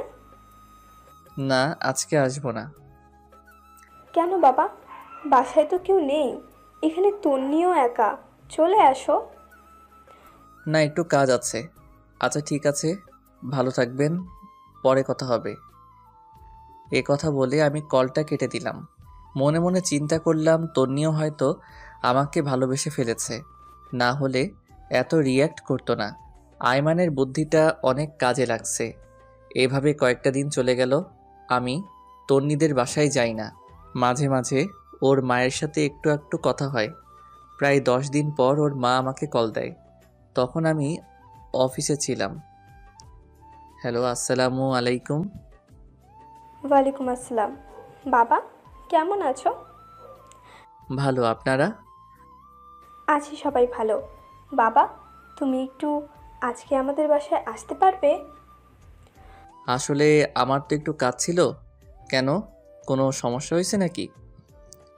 আসলে হয়েছে কি, আমার বড় বোন নাকি অনেক অসুস্থ। আমি আর তোমার শ্বশুর আব্বা ওখানে যাচ্ছি, তাই যদি তুমি এখানে থাকতে ভালো হতো। তন্নিকেও নিয়ে যান তাহলে। ও যেতে চাচ্ছে না, সেজন্যই তো আমরা একটু টেনশনে আছি। সে একা একা বাসায় কিভাবে থাকবে? যদি তুমি আসতে ভালো হতো। আচ্ছা ঠিক আছে, আপনারা যান, আমি সন্ধ্যার সময় আসব। এই কথা বলে কলটা কেটে দিলাম। কেমন জানি খুব খারাপ লাগছে। আজকে অনেক দিন পর ওর সাথে দেখা করতে যাচ্ছি। রাত প্রায় 8টার সময় ওদের বাসায় গেলাম। কলিং বেল বাজানোর সাথে সাথেই দরজা খুলে দিল। মনে হয় আমার জন্যই অপেক্ষা করছিল। ভিতরে গেলাম, দেখলাম চোখ মুখ লাল করে বসে আছে। দেখতে বাচ্চাদের মতো লাগছে। তারপর আমি বললাম, কেমন আছিস? তুই এখানে কেন আসছিস? আম্মা বলেছে তাই। লজ্জা করে না অন্য মেয়েদের সাথে ঘুরে এখন আসতে? সেটা আমার ব্যাপার, আমি তো তোর কেউ না। আমাকে নিয়ে তোর এত মাথা ব্যথা কেন? তোর মতো ফালতুকে বিয়ে করাই আমার ভুল হয়েছে। আগে জানলে জীবনেও কবুল বলতাম না। আমার মাথা গরম করবি না। কি করবি তুই? রাগে আমার পুরো শরীরের লোম দাঁড়িয়ে গেছে। আমি কোনো কথা না বলে ব্যাগটা রেখে ওয়াশরুমে চলে গেলাম। ফ্রেশ হয়ে এসে দেখি তন্নি নেই। মনে হয় ঘুমিয়ে গেছে। আমি আর ওর রুমে গেলাম না। সামনে গেস্ট রুমের সোফায় শুয়ে রইলাম, কিন্তু ঘুম আসছে না। একটু পর আস্তে আস্তে উঠে তন্নির রুমের দিকে গেলাম। দেখলাম ও ঘুমিয়ে আছে। অনেকক্ষণ আমি বাইরে থেকে দাঁড়িয়ে দাঁড়িয়ে ওকে দেখলাম। হঠাৎ করে খেয়াল করলাম ওর পুরো শরীর কাঁপতেছে। আমি তাড়াতাড়ি রুমে গেলাম। কপালে হাত দিয়ে দেখি জ্বরে পুরো শরীরটা পুড়ে যাচ্ছে। আমি তো টেনশনে পড়ে গেলাম, কি করব বুঝতে পারতেছি না। পরে কিচেন রুম থেকে একটা বাটি নিয়ে এসে ওর মাথায় জলপট্টি দিলাম অনেকক্ষণ, কিন্তু কিছুতেই কমছে না। পরে একটা বালতিতে পানি নিয়ে এসে ওর মাথায় দিলাম। প্রায় 2 ঘন্টার মতো পানি দেওয়ার পর জ্বর কিছুটা কমলো। পরে দেখলাম পানি দিতে দিতে ওর শরীরও ভিজিয়ে দিলাম। এখন কাপড়টা চেঞ্জ করতে হবে, বাট কিভাবে করব বুঝতে পারছি না। সে যদি দেখে আমি ওর কাপড় চেঞ্জ করছি, তাহলে আমার অবস্থা শেষ। সকালবেলা আমি নাস্তা নিয়ে ওর রুমে গেলাম। দেখলাম সে মাত্র ঘুম থেকে উঠছে। আমার হাতে নাস্তা দেখে চমকে উঠল। তারপর নিজের দিকে তাকিয়ে দেখে যে ওর গায়ে যেই জামাটা ছিল সেটা আর নেই, আরেক। তারপর আমার রাগে চোখ মুখ লাল করে উঠে এসে আমার কলার ধরল। ওই কুত্তা আমার কাপড়ের এই অবস্থা করেছে কি? আসলে কালকে রাতে পুরোটা বলার আগে একটা চর বসিয়ে দেয়। তারপর বলে, তুই এত খারাপ আমি ভাবতেও পারিনি। আমাকে ঘুমের মধ্যে পেয়ে তুই ছি, আমার ভাবতেই ঘৃণা লাগে। তোকে আমি আস্তে আস্তে বিশ্বাস করতে লাগলাম, কিন্তু তুই এত খারাপ আমি জীবনেও ভাবিনি। যা, বেরিয়ে যা এখান থেকে। প্লিজ আমার কথাটা শোন। তুই যাবি নাকি আবার চর খাবি? আমি আর কিছু না বলে নাস্তার প্লেটটা রেখে চলে আসতে যাব, এমন সময় দেখি দরজার সামনে নীলা দাঁড়িয়ে আছে। মনে হয় আমাকে চর মারার দৃশ্যটা দেখে ফেলেছে। লজ্জায় পুরো লাল হয়ে গেলাম। কিছু না বলে সোজা রুমের বাইরে চলে আসলাম। এরপর নীলা ভিতরে গেল। যাওয়ার পর বলল, তুই ওনাকে জ্বর মেরেছিস কেন? ভালো করেছি। ও আমার কাপড় চেঞ্জ করছে কেন? সে করেনি, আমি করেছি। মানে? তুই জানিস কালকে রাতে তোর অনেক জ্বর এসেছিল। উনি তোর মাথায় জলপট্টি দিয়েছে। জ্বর না কমার কারণে সারা রাত তোর মাথায় পানি দেয়। পানিগুলো তোর শরীরে পড়ে পুরো শরীর ভেজে গেছে। ঠান্ডা লেগে যাবে সেজন্য সকালে আমাকে কল দিয়ে আনে, আর আমি তোর কাপড় চেঞ্জ করে দিই। আর তুই কিনা না জেনে ওনাকে জ্বর দিলি। তোর ভাগ্য অনেক ভালো যে ওনার মতো স্বামী পেয়েছিস। এই কথাগুলো বলে নীলা বাইরে চলে আসে। আমি তন্নির মাকে কল করে ওর অসুস্থতার কথা জানালাম। তারপর কিছু না বলে সোজা অফিসে চলে গেলাম। এরপর থেকে তন্নিকে আর কোনো কল দেই না। ওর আম্মুকেও দেই, মাঝে মাঝে ওর আম্মু কল দিয়ে খবর নেয়, জাস্ট এতটুকুই। কয়েকদিন পর বাবা মা চলে আসে। এসে আমাকে বলে, কিরে বৌমা কই? ওর বাপের বাড়ি। তা তুই কি এতদিন ওখানে ছিলি? না, মাঝে মাঝে যেতাম। চুপ কর বেয়াদব, তুই কি ভাবছিস আমি কোনো খবর রাখি না? ঘরে বউ রেখে অন্য মেয়ে নিয়ে ঘুরতে তোর লজ্জা করে না? বৌমা আমাকে সব জানিয়েছে। বাহ, ফকিন্নি নিজের দোষ না স্বীকার না করে আমাকেই ফাঁসিয়ে দিল। জানি বাবা এখন সত্য কথা বললে বিশ্বাস করবে না, তাই বলেও কোনো লাভ নেই। এরপর বাবা বললেন, এখন ওদের বাসায় যা, আর তন্নিকে তোর সাথে করে নিয়ে আসবি। কিন্তু বাবা এখন তো। কোনো কিন্তু নয়, যেটা বলছি সেটা।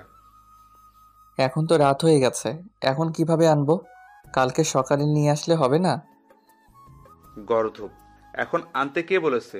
এখন তুই যাবি, রাত থেকে কালকে সকালে চলে আসবি। আমি কিছু বলতে যাব এমন সময় বাবার দিকে খেয়াল করে দেখলাম রেগে আছে। আমি আর কিছু না বলে রেডি হয়ে ওদের বাসার উদ্দেশ্যে রওনা দিলাম। রাত প্রায় 9:30। আমি তন্নিদের বাসার সামনে দাঁড়িয়ে আছি। কলিং বেল দেওয়ার সাথে সাথেই দেখলাম তন্নির মা এসে দরজা খুলে দিল। তারপর বলল, বাবা আসছো? পথে কোনো সমস্যা হয়নি তো? না, কোনো সমস্যা হয়নি। আচ্ছা বসো, খাওয়া দাওয়া করে নাও। তন্নিও বসে আছে, বাট আমি কিছু বলছি না দেখে সেও বলছে না। খাওয়া দাওয়া শেষ করে রুমে গেলাম। গিয়ে একটা চেয়ারের উপরে বসে আছি। একটু পর তন্নি এসে দরজা লাগিয়ে দিল। আমাকে বলল, সরি। সরি কেন? সেদিনের রাতের ঘটনার জন্য। আমি ভাবছি তুই আমার সাথে। থাক, বলতে হবে না। আমার কপালে ওগুলোই ছিল। তুই ঘুমা, সকালে তাড়াতাড়ি যেতে হবে। তুই কোথায় ঘুমাবি? আমাকে নিয়ে তোর চিন্তা করতে হবে না, তুই ঘুমা। খাটে ঘুমা, আমি নিচে ঘুমাবো। কেন? তোর চর খাওয়ার জন্য নাকি তোর কাছে অপমানিত হওয়ার জন্য? সে আর কিছু না বলে ঘুমিয়ে পড়ল। আমিও একটা বালিশ নিয়ে নিচে শুয়ে পড়লাম। সকালবেলা ঘুম থেকে ছাদে গেলাম। তন্নিও আমার পেছনে পেছনে গেল। দেখে মনে হচ্ছে কিছু একটা বলবে, বাট বলতে পারছে না। এরপর আমি বললাম, কিছু বলবি? তুই কি সত্যিই আমাকে ভালোবাসিস? পাগল নাকি? তোরে কেন আমি ভালোবাসবো? মিথ্যা বললাম, দেখি ও কি রিয়াক্ট করে। তাহলে এতদিন যে বললি তুই আমাকে ভালোবাসিস? মিথ্যা বলেছি। তোর সাথে থাকার বা কথা বলার কোনো ইচ্ছাই আমার নাই। তাহলে আমাকে নিতে আসলি কেন? আব্বু আম্মু বলেছে তাই, না হলে জীবনেও আসতাম না। বাহ, ভালো তো। নতুন কাউকে পেয়ে গেছিস, এখন তো আমার দরকার নেই। তোর দরকার কখনো ছিল না, থাকবেও না। আদিবার সাথে আমি খুব ভালোই আছি। তন্নি আর কিছু না বলে চোখ মুখ লাল, কান্না করতে করতে নিচে চলে যায়। মনে মনে বন্ধু আইমানকে ধন্যবাদ দিতে লাগলাম। ওর বুদ্ধিটা কাজে লেগেছে। এইরকম জানলে আরও আগে থেকে ইগনোর করতাম। যাই হোক, একটু পর আমিও নিচে গেলাম। গিয়ে দেখি তন্নি চুপ করে বসে আছে। আমি বললাম, রেডি হয়ে নে, বাসায় যেতে হবে। আমি যাব না, তুই যা। তোর ন্যাকামি দেখার টাইম নাই আমার। আদিবা বসে আছে, তাড়াতাড়ি রেডি হয়ে নে। বললাম তো আমি যাব না। ওকে, একটু পর নিজেই যাবি। তুই এখান থেকে যা, তোকে যেন না দেখি। চলে তো যাবই, এখানে তো থাকতে আসিনি। তুই আর 1 সেকেন্ড এখানে থাকতে পারবি না, এখনই বের হয়ে যা। আমিও আর কিছু না বলে নাস্তা না করে ওর বাবা মা কাউকে না জানিয়ে সোজা অফিসে চলে গেলাম। বাসায় গেলে বাবা চিল্লাচিল্লি করবে। কাজ করতেছি এমন সময় আদিবা আসলো। আসতে পারি স্যার? আরে আদিবা, আসো, বসো। ধন্যবাদ স্যার। আপনার কি মন খারাপ? আরে না, এমনি ভালো লাগছে না। আমি জানি স্যার, ম্যাম আপনাকে কিছু বলেছে। আসলে স্যার, সেদিন যদি জানতাম ম্যামও মার্কেটে যাবে তাহলে আপনাকে যেতে বলতাম না। আরে ধুর, এটা কোনো ব্যাপার না। এমন সময় বাবা কল দিল। আদিবা উঠে চলে গেল। এই কই তুই? আমি তো অফিসে। তোকে না বললাম বৌমাকে নিয়ে বাসায় আসতে? ও আসবে না বলেছে, সেই জন্যই তো আমি অফিসে চলে আসছি। চুপ কর বেয়াদব। ও আসবে না বলছে নাকি? তুই নিয়ে আসিসনি? মানে আমি কেন নিয়ে আসবো না? চুপ হারামজাদা। তনি আমাকে সব কিছু বলেছে। তোর লজ্জা করে না ঘরে বউ রেখে অন্য মেয়েকে নিয়ে ঘুরতে? আরে তুমি এসব কি বলো? সবগুলো মিথ্যা কথা। চুপ কর। তনি আমাদের সব কিছু বলেছে। মেয়েটা কখন থেকে রান্না করতেছে। আমি আর কিছু না বলে কেটে দিলাম। দূর, ফকিন্নিটা বাবাকে আনিয়ে বানিয়ে কি বললো আল্লাহই জানে। নিজে সব দোষ করে এখন আমাকে ফাঁসাই দিছে। বিকেলবেলা আয়মান কল দিল। কি রে দোস্ত, কি অবস্থা? মামা কি বদি দিলি? তনি তো ফেসে গেছে। আরে কি বলিস? আচ্ছা শোন, সন্ধ্যার সময় তুই আর তন্নি কফি শপে আসিস, কথা আছে। দূর, আমি তন্নিকে নিয়ে আসতে পারবো না, তোরা বল আসতে। আচ্ছা ঠিক আছে, বলবো। তুই অন্তত সাথে করে নিয়ে আসিস, সানি আর ফারিয়াও থাকবে। আচ্ছা ঠিক আছে। এরপর বাসায় গেলাম, দেখলাম তন্নি রেডি হয়ে বসে আছে। আমাকে দেখে বলল, আইমান কিছু বলেছে? না কিছু বলেনি। কেন? কফি শপে যাওয়ার জন্য বলেছে। তো যা, আমাকে বলছিস কেন? তোকেও যেতে বলেছে। আমি যাব না, তুই যা। একসাথে যাওয়ার জন্য বলেছে, তুই না গেলে আমিও যাব না। মনে মনে তো আমার লাড্ডু ফুটতেছে। হা কি যে আনন্দ বলে বোঝাতে পারবো না। যাই হোক, বেশি মুড নিতে গেলে আবার দেখা যাবে যে একসাথে যাওয়াই হবে না। একটু পর আমি আর তন্নি বের হয়ে গেলাম। একটা রিক্সা নিলাম। এই প্রথম বিয়ের পর একসাথে রিক্সা নিয়ে ঘুরতেছি। যখন ওর সাথে ফ্রেন্ড হিসেবে ঘুরতাম, রিক্সায় কি মজাটাই না হতো। সব কিছু মনে পড়তে লাগলো। আমি রিক্সার এক পাশে সরে বসে আছি। তন্নি বারবার আমার দিকে তাকাচ্ছে। একটু পর কফি শপে গেলাম। দেখলাম আয়মান, সানি আর ফারিয়া বসে আছে। আমাদের দেখে বলল, বাহ, দুজনের এখন আসার সময় হলো। না রে, একটু কাজ ছিল তাই। বুঝি বুঝি, কি এমন কাজ? তন্নি গিয়ে ফারিয়াকে জড়িয়ে ধরল। এদিকে আয়মান আমাকে ইশারা দিতেছে, বলতেছে কাজ হচ্ছে। এমন সময় সানি বলল, দোস্ত শোন, তোরা থাক, আমাদের একটু কাজ আছে, যেতে হবে। সে কি, মাত্রই তো আসলাম, কফিটা খেয়ে যা। না রে, অনেক কাজ, সময় কম। আচ্ছা তুই যা, ফারিয়া থাকুক। না রে, ওরে ছাড়া আমার কোনো কাজ হয় না। ওর কপালের চুমু না খেলে কাজে মন বসে না। চুপ কর ফাজিল। আচ্ছা তোরা থাক, পরে কথা হবে। এ কথা বলে ফারিয়া আর সানি চলে গেল। আয়মানও কেমন জানি ছটফট করতেছে। আমি বললাম, কি রে, তোর আবার কি হয়েছে? আসলে দোস্ত, বাসায় একটা কাজ পেলে চলে আসছি, এখনই বাসায় যাওয়া লাগবে। মানে কি? তোদের সবার কাজ আছে আগে বলতি। তোরা না বললি একসাথে কফি খাবি? তোরা খা, আমি একটু আসি। এ কথা বলে আয়মানও চলে গেল। আমি আর তন্নি বসে আছি। একটু পর কফি আসলো, দুজনেই খেলাম। দুজনের নীরবতা ভেঙে তন্নি বলল, একটা কথা বলতাম। বল। অনেকদিন কোথাও ঘুরি না, চল পার্কটাতে একটু ঘুরে আসি। আমিও কেন জানি ওর এই আবদারটা না রেখে পারলাম না। অনেকক্ষণ দুজনে একসাথে হাঁটলাম, ভালো লাগলো। রাত প্রায় 8টা। বাসায় গেলাম, দেখলাম বাসায় কেউ নেই, কিন্তু দরজা খোলা। বাবা মা দুজনকে ডাক দিলাম, কারো কোনো সাড়া শব্দ নেই। তন্নিও ভয়ে কাঁপতেছে। একটু পর নীরবতা ভেঙে শুরু হলো আমাদের দুজনের মুখের উপরের স্প্রে মারা।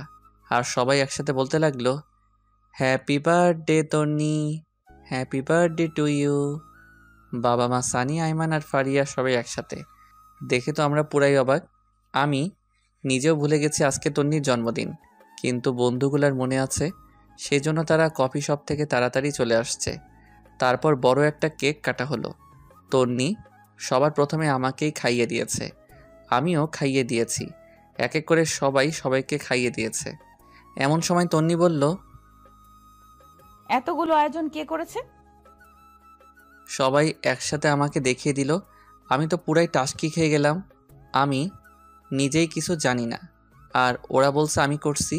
সেদিন সবাই একসাথে খাওয়া দাওয়া করে নিলাম, ওদের বাসায় যেতে দেইনি।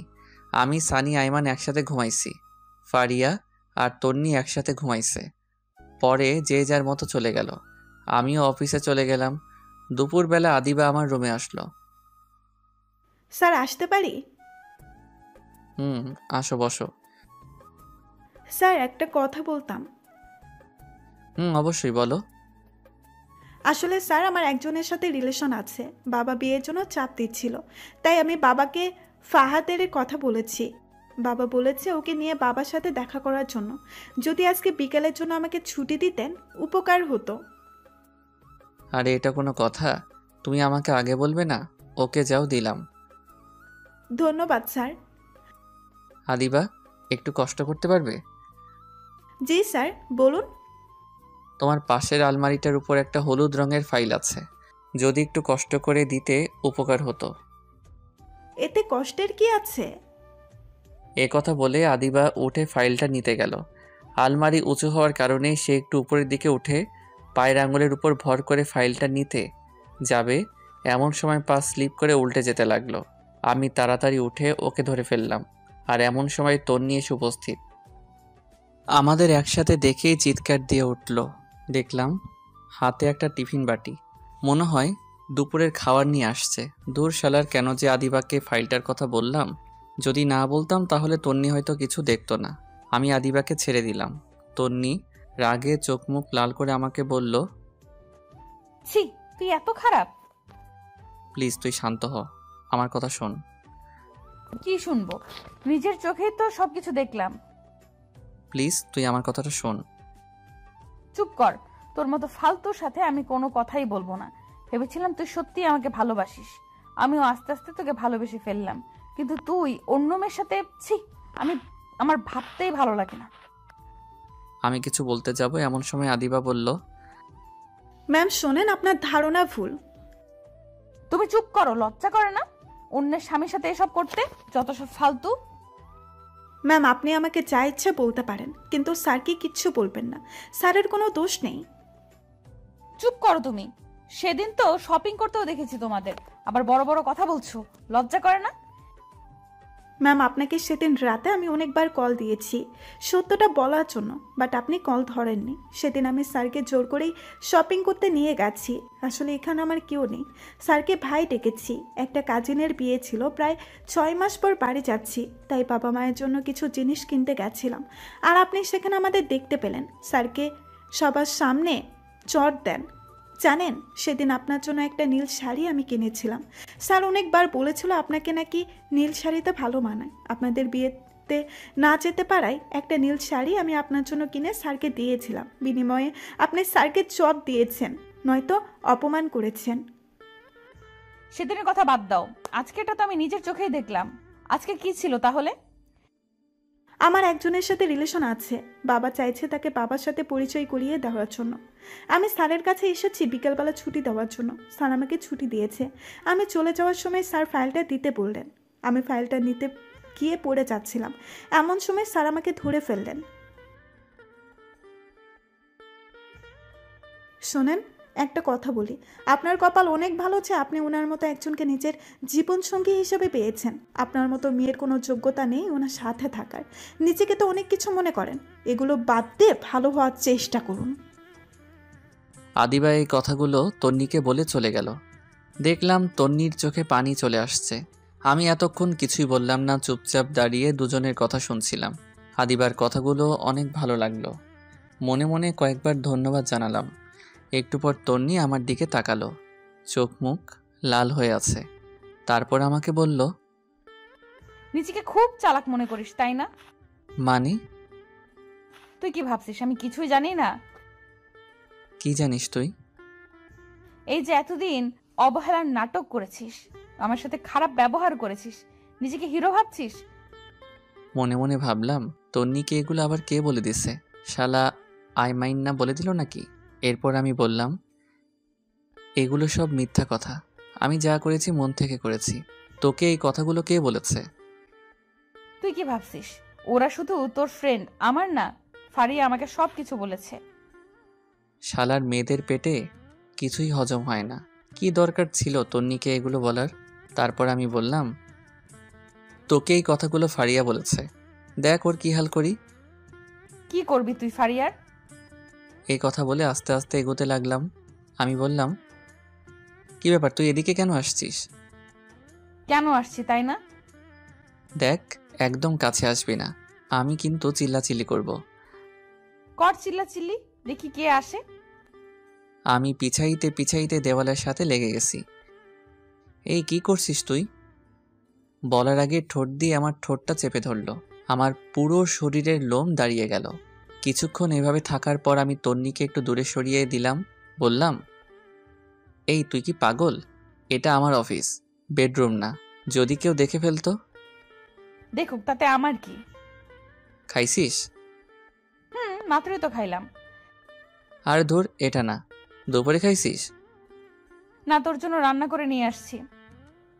তুই করছিস নাকি আম্মা করছে? দুজনেই করছি। তুই এত কথা বলিস কেন? আচ্ছা ঠিক আছে, বলবো না। তুই ফ্রেশ হয়ে আয়, একসাথে খাবো। ওকে। এরপর তন্নি ওয়াশরুমে চলে গেল। আমি মনে মনে ভাবছি, অবশেষে তন্নি লাইনে আসলো। হারামি বন্ধুগুলো না থাকলে হয়তো কিছুই সম্ভব হতো না। একটু পর তন্নি বাইরে আসলো। আমি একটা প্লেটে ভাত দিয়ে তাকে বললাম, এই ধর, খেয়ে নে। আমি খাবো না। কি আজীব, তুই না একটু আগে বললি খাবি? এভাবে খাবো না। তো কিভাবে খাবি? যদি কেউ একজন খাইয়ে দেয় তাহলে খাবো। আমি আর কিছু না বলে ওকে খাইয়ে দিলাম, নিজেও খেয়ে নিলাম। খাওয়া দাওয়া শেষে তন্নিকে বাসায় পাঠিয়ে দিলাম। তন্নি চলে যাওয়ার পর ফাইলটা নিলাম। এমন সময় আয়মানের কল। দোস্ত, কি অবস্থা? আরে মামা, কি বুদ্ধি দিলি, তন্নি তো পুরো ফিদা হয়ে গেছে। আরে কি বলিস? আর তন্নির জন্মদিনে এত বড় একটা সারপ্রাইজ দেওয়ার জন্য ধন্যবাদ। আমি ভুলেই গেছিলাম ওর জন্মদিন। আরে মামা, সারপ্রাইজের কি দেখলা? আরো বড় সারপ্রাইজ এখনো রয়ে গেছে। আরে কি বলিস, কি সারপ্রাইজ, তাড়াতাড়ি বল। না, এখন না, বিকালে কফি শপে আয়, বাকিরাও আসবে, সবাইকে একসাথে বলবো। আচ্ছা ঠিক আছে। শোন, আসার সময় তন্নিকে নিয়ে আসিস, আমি সানি আর ফারিয়াকে বলে দিচ্ছি। আচ্ছা ঠিক আছে। এই কথা বলে কল কেটে দিলাম। অফিস শেষ করে বিকেলবেলা তন্নিকে বললাম রেডি হতে। সে রেডি হতে চলে গেল। আমিও ফ্রেশ হয়ে একটা কালো শার্ট পরে বাসার বাইরে দাঁড়িয়ে আছি তন্নির জন্য। একটু পর তন্নিও আসলো। বাহ, সেও কালো শাড়ি পরে আসলো। আমি দেখে আরও একবার ক্রাশ খেলাম। হাঁ করে তাকিয়ে আছি। একটু পর তন্নির ঝাঁকানিতে বাস্তবে ফিরে এলাম।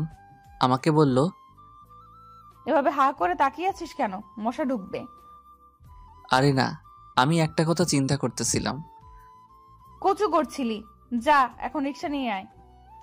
তারপর আমি একটা রিক্সা নিলাম। আমি একটু দূরে সরে বসতে চাইলাম, কিন্তু আমার বাম হাতটা চেপে ধরে বসে আছে। একটু পর কফি শপে পৌঁছে গেলাম। দেখলাম সবাই বসে আছে। আমাদের দেখে সবাই দাঁড়ালো। ফারিয়া বলল, কি রে, আজ এত ম্যাচিং, ঘটনা কি? কিসের ঘটনা? বুঝি, সবই বুঝি। আচ্ছা, বুঝলে ভালো। এই হারামির দল, চুপ কর, সবাই আগে বস। এরপর আমরা সবাই বসলাম। আইমান সবার জন্য কফির অর্ডার দিল। বন্ধু, এবার বল, কি এমন সারপ্রাইজ যেটা মোবাইলে বলা যায় না, এখানে বলতে হবে? দোস্ত, আবার তো বিয়ে। সত্যি? সত্যি। তারপর সবাই আইমানকে কংগ্রাচুলেশনস জানালাম। আমি বললাম, তো বিয়ে কবে? পরশুদিন। আর আমির বাচ্চা, আগে বলিসনি কেন? দোস্ত, আমি নিজেও জানতাম না, আজকে সকালে আব্বা বলছে। আচ্ছা শোন, কালকে তোরা সবাই থাকবি, অনেক কিছু কেনাকাটা করতে হবে। আমি পারবো না, তোরা সবাই আসিস। না পারলে তুই বিয়েতেও আসিস না। ওরে ভাই, কাঁদিস কেন? আচ্ছা ঠিক আছে, আসবো। আমার কথা শুনে সবাই হাসাহাসি করতে লাগলো। তারপর অনেকক্ষণ আড্ডা দিয়ে কথাবার্তা বলে বাসায় চলে আসলাম। বাবার সাথে অনেকক্ষণ কথা বলে রুমে গেলাম। দেখি তন্নি সোফায় বসে আছে। আমি যাওয়ার সাথে সাথে বলে, একটা কথা বলতাম। তো বল, অনুমতির কি আছে? আজকে খাটে ঘুমা, আমার কোনো সমস্যা হবে না। কেন, চর খাওয়ার জন্য নাকি? দেখ, এগুলোর জন্য সরি, তুই খাটে ঘুমা, আমার সমস্যা হবে না। দরকার নেই, তুই ঘুমা। এই কথা বললে আমি সোফায় ঘুমিয়ে পড়লাম। তন্নি মন খারাপ করে বিছানায় ঘুমিয়ে পড়ল। পরের দিন তন্নির ডাকে ঘুম ভাঙলো। উঠে ফ্রেশ হয়ে নাস্তা করলাম। রুমে যাওয়ার পর আইমান কল দিল। হ্যালো দোস্ত, কই তোরা? তাড়াতাড়ি আয়, আমরা সবাই ওয়েট করতেছি। দোস্ত, আমি না আসলে হয় না? তন্নিকে পাঠিয়ে দিব। ওকে, তুই আমার বিয়েতেও আসিস না। আচ্ছা, রাগ করিস না, আসছি। এরপর তন্নিকে বললাম রেডি হতে। দুজনে রেডি হয়ে মার্কেটের উদ্দেশ্যে রওনা দিলাম। একটু পর মার্কেটে চলে আসলাম। কিরে হারামি, এত দেরি কেন? আরে বলিস না, তন্নি আটা ময়দা মাখতে দেরি করে ফেলছে। তন্নি রেগে লাল হয়ে বলল, কি, আমি আটটা ময়দা মাখি? এই হারামি, তুইও তো ঘুম থেকে উঠতে দেরি করছিস, এখন আমার দোষ দিতেছিস, তাই না? এই তোদের ঝগড়া বন্ধ কর, দেরি হয়ে যাচ্ছে। ওকে চল কেনাকাটা শুরু করি। শুরুতে একটা স্বর্ণের দোকানে গেলাম। তন্নি আর ফারিয়া দুজনে আইমানের বইয়ের জন্য গয়না পছন্দ করতেছে। অনেক ঘাটাঘাটির পর অনেকগুলো স্বর্ণের জিনিস নিল। তন্নি একটা নেকলেস নিয়ে বারবার নিজের গলায় জড়িয়ে দেখতে লাগলো। আমি খেয়াল করে দেখেছি, মনে হয় ওর পছন্দ হয়েছে, কিন্তু কিছু বলছে না। আমার দিকে বারবার তাকাচ্ছে। আমি দেখেও না দেখার ভান করে সানির সাথে কথা বলতেছি। একটু পর শাড়ির দোকানে গেলাম। সবার জন্য শাড়ি কিনলো। আইমানের মা, বোন, খালা আরও অনেকের জন্য কেনা হলো। তন্নি একটা নীল শাড়ি নিজের গায়ে জড়িয়ে আমাকে বলল, এই জুয়েল, বল। শাড়িটা খুব সুন্দর, তাই না? আমাকে ভালো মানিয়েছে। তো এখন কি করব? না, এমনি বললাম। বাহ, ফকিন্নি সব কিছুই ঠিক করে নিয়েছে। দাম দেওয়ার জন্যই আমাকে এই কথাগুলো বলেছে। আর তন্নিকে শাড়িটাই আসলে অনেক সুন্দর মানিয়েছে। আমি দোকানদারকে বললাম শাড়িটা আলাদা একটা প্যাকেট করে দিতে। তন্নির মুখে এক রাজ্যের হাসি দেখলাম। কিছু না বলে তাড়াতাড়ি ব্যাগটা নিয়ে বসে আছে। আরও অনেক কিছু কেনাকাটা করার পর সবাই বাসার উদ্দেশ্যে রওনা দিলাম। আমরা সানি আর আইমানের কাছ থেকে বিদায় নিয়ে একটা রিক্সা নিলাম। একটু পথ যাওয়ার পর রিক্সাওয়ালাকে বললাম, মামা একটু দাঁড়ান। এই, তোর আবার কি হলো? তুই বসে থাক, আমি একটু আসছি। এই কথা বলে আমি আবার মার্কেটে গেলাম। গিয়ে তন্নির পছন্দ করা নেকলেসটা কিনে নিলাম। দাম বেশি হওয়ায় ক্যাশ টাকা দিতে পারিনি। ওর বিকাশ নাম্বার নিয়ে একটা কলিগকে বলে টাকা পাঠিয়ে দিলাম। একটু পর রিক্সায় আসলাম। কিরে, কোথায় গিয়েছিলি? সেটা তো না জানলেও চলবে। এই মামা চলেন। বাসার সামনে এসে আমি তন্নিকে উপরে পাঠিয়ে দিলাম। রিক্সা ভাড়া দিয়ে আমি উপরে আসলাম। দেখলাম তন্নি রুমে নেই, মনে হয় ওয়াশরুমে গেছে। আমি নেকলেসটা ওর ড্রয়ারে রেখে দিয়েছি। তন্নি ওয়াশরুম থেকে বের হলো, খুব হাসি খুশি লাগছে। তারপর নিচে গিয়ে খাওয়া দাওয়া করে আগের দিনের মতো সোফায় শুয়ে পড়লাম। তন্নি কিছু বলতে গিয়েও বলেনি। পরের দিন আইমানের বিয়ে। সকাল থেকে শুধু কল দিচ্ছে। আমি ঘুম থেকে উঠে দেখি তন্নি মায়ের সাথে রান্নাঘরে কাজ করছে। কিছু না বলে ফ্রেশ হতে চলে গেলাম। একটু পর নাস্তা করে রেডি হয়ে তন্নিকে বললাম, তাড়াতাড়ি রেডি হতে, আমরা বিয়েতে যাব, আর অনেক কাজ আছে। তন্নি হ্যাঁ সূচক ইশারা দিয়ে রেডি হতে চলে গেল। আমি বাইরে গিয়ে দাঁড়িয়ে আছি। একটু পর তন্নি রেডি হয়ে আসলো। আমি তো দেখে আবার ক্রাশ খাইলাম। কালকে সেই শাড়িটা পরেছে, আবার গলায় নেকলেসটাও পরেছে, পায়ে হাই হিল, হালকা লিপস্টিক। উফ, মাথা নষ্ট করে দিচ্ছে। আমি হাঁ করে তাকিয়ে আছি। একটু পর বুঝলাম কেউ একজন আমাকে ধাক্কা দিচ্ছে। কিরে, অমন হা করে কি দেখছিস? মনে হয় আগে কোনো দিন আমাকে দেখিসনি। দেখেছি, তবে আজকে একটু অন্যরকম লাগছে। তন্নি লজ্জায় লাল হয়ে যায়, দেখতে আরও বেশি কিউট লাগছে। তারপর একটা রিক্সা নিয়ে রওনা দিলাম। তন্নি আমার বাম হাতটা চেপে রেখেছে। একটু পর বলল, ধন্যবাদ। হঠাৎ ধন্যবাদ? এই যে আমার পছন্দের নেকলেসটা নিলি, তাই। এখানে ধন্যবাদ দেওয়ার কিছু নাই। তুই কি কালকে দোকানে আমাকে খেয়াল করেছিস? একটু একটু। কথা বলতে বলতে আমরা আবার মার্কেটে যাই। বিয়ের জন্য একটা গিফট নিলাম। এরপর আইমানদের বাসায় চলে গেলাম। সারাদিন খাওয়া দাওয়া আর মেহমান নিয়ে বিজি ছিলাম সবাই। সন্ধ্যার পর আয়মান এসে আমাকে বলল, দোস্ত একটা কাজ করতে হবে। কি কাজ? দোস্ত তুই আর তন্নি আমার বাসর ঘরটা সাজিয়ে দে। কিন্তু কোনো কিন্তু নয়, প্লিজ দোস্ত, না করিস না। সানিকে বাবার সাথে বাজারে পাঠাইছি, আর ফারিয়া মিলির সাথে আছে। আচ্ছা ঠিক আছে। ওখানে ফুল আর সব জিনিস আছে। বাবা থাকলে বাবাই তোকে বলতো। আমার তো একটু লজ্জা লাগছে, তাই কাউকে বলতেছি না। হইছে, আর লজ্জা পেতে হবে না, যা আমি দেখতেছি। এরপর তন্নিকে খুঁজতে লাগলাম। দেখলাম নতুন বউয়ের সাথে সেলফি তুলছে। সারাদিনে কয়েক হাজার সেলফি তুলেছে, তাও মন ভরেনি। আমি ইশারা দিয়ে ডেকে নিলাম। তারপর এসে বলে, বল কেন ডেকেছিস? আরে বাসরঘর সাজাতে হবে, এখানে নাকি কেউ পারে না। আরে কি বলছিস, এখনো সাজাইনি? সাজালে কি তোকে ডাকতাম? আচ্ছা ঠিক আছে চল। এরপর তন্নি আর আমি বাসরঘর সাজাতে লাগলাম। সাজানো প্রায় শেষের সময় তন্নি বলে, জানিস বাসর ঘর নিয়ে আমার অনেক স্বপ্ন ছিল। তাই নাকি? জানিস আমি কি কি কল্পনা করেছি বাসর রাত নিয়ে? কি কি? আমার জামাই আসবে, আমি লজ্জায় ঘুমটা দিয়ে রাখবো, সে ঘুমটা সরাবে, তারপর তার পা ছুঁয়ে সালাম করব। তারপর সে আমাকে গান শোনাবে, আমি তাকে শোনাবো, কিছুক্ষণ নাচবো, তারপর দুজনে ছাদে গিয়ে চাঁদ দেখবো, সে আমাকে দোলনায় দুলাবে, হঠাৎ করে বৃষ্টি শুরু হবে। তুই পাগল নাকি? চাঁদ উঠলে আবার বৃষ্টি হয় নাকি? তুই চুপ থাক। তারপর আমরা দুজনে অনেক সময় হাত ধরে ভিজবো, তারপর আবার রুমে চলে আসব, আমি তার বুকে মাথা রেখে ঘুমিয়ে পড়ব। আমি তন্নির কথাগুলো শুনে একটু অভিমানের ভঙ্গিতে দাঁড়িয়ে দাঁড়িয়ে আয়মানের বাসর ঘরে গোলাপ ফুল ছিটাচ্ছি। আমার এমন মুখ দেখে তন্নি বলে, কিরে তোর আবার কি হলো?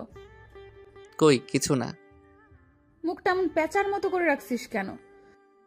সবার কপালে কি আর বাসর রাত থাকে? অভাগাদের কপালে তো কিছুই থাকে না। হইছে, আর ঢং করতে হবে না। এই নে এটা ধর। কি এটাতে? শেরওয়ানি। আমরা এখন বাসায় যাব, আমরাও বাসর করব। কি? আমি একটা লাল বেনারসি পরবো, তুই 30 মিনিট পর রুমে যাবি। 30 মিনিট কি করবি? এত কথা তোর জানতে হবে না, যেটা বলছি সেটা। আচ্ছা ঠিক আছে, কিন্তু এত কিছু তুই কখন করলি? সারপ্রাইজ কি তুই একাই দিতে পারিস? আমি পারি না? আমি আর ফারিয়া মিলে করে এসেছি। এখন যা, একটা গাড়ি ঠিক কর, বাসায় যাব। ওকে। একটা সিএনজি নিয়ে আমি আর তন্নি তাড়াতাড়ি বাসায় গেলাম। আমি শেরওয়ানি পরে রেডি হয়ে আসি। কখন 30 মিনিট হবে ঘড়ির দিকে তাকিয়ে আছি। অবশেষে 30 মিনিট হলো। আমি বাসর ঘরে যাচ্ছি। কেমন যেন লজ্জা লাগছে। সব সময় থাকি, তবুও আজকে কেমন যেন লাগছে। ধুর, এত শরম দিয়ে লাভ নাই। আগে ভিতরে যাই। আস্তে করে দরজাটা খুলে ভিতরে গেলাম। তন্নি বড় একটা ঘোমটা দিয়ে বসে আছে। আমি গিয়ে ঘোমটা উঠালাম। তন্নি খাট থেকে নেমে আমার পা ছুঁয়ে সালাম করলো। আমি বললাম, বেঁচে থাকো মা, স্বামী সংসার নিয়ে অনেক সুখী হও মা। হাই হাই, এটা কি বললাম? মা কেন বললাম? তন্নি একটা গোতা দিয়ে বলে, এই কুত্তা, আমি তোর মা? এই না না, ভুল হয়ে গেছে, আর বলবো না। এই যে কান ধরলাম। ওকে, এখন একটা গান শোনা। এই আমি তো গান পারি না। কি বললি? আচ্ছা শোনাচ্ছি। ওকে। বন্ধু তুই লোকাল বাস রে, বন্ধু তুই লোকাল বাস। এই হারামি, এটা কি গান? আরে মমতাজ খালামণির গান। রাখ তোর মমতাজ খালা, ভালো গান গা, নইলে ধাক্কা দিয়ে বাহির করে দিব। এরপর আমি শীতল বাতাসে দেখেছি তোমায় এই গানটা শোনালাম। তন্নিও একটা রবীন্দ্রসঙ্গীত শোনালো। মেয়েটার গলা বেশ ভালো। এরপর বলল, আয় একটু নাচি। দূর, আমি নাচ পারি না।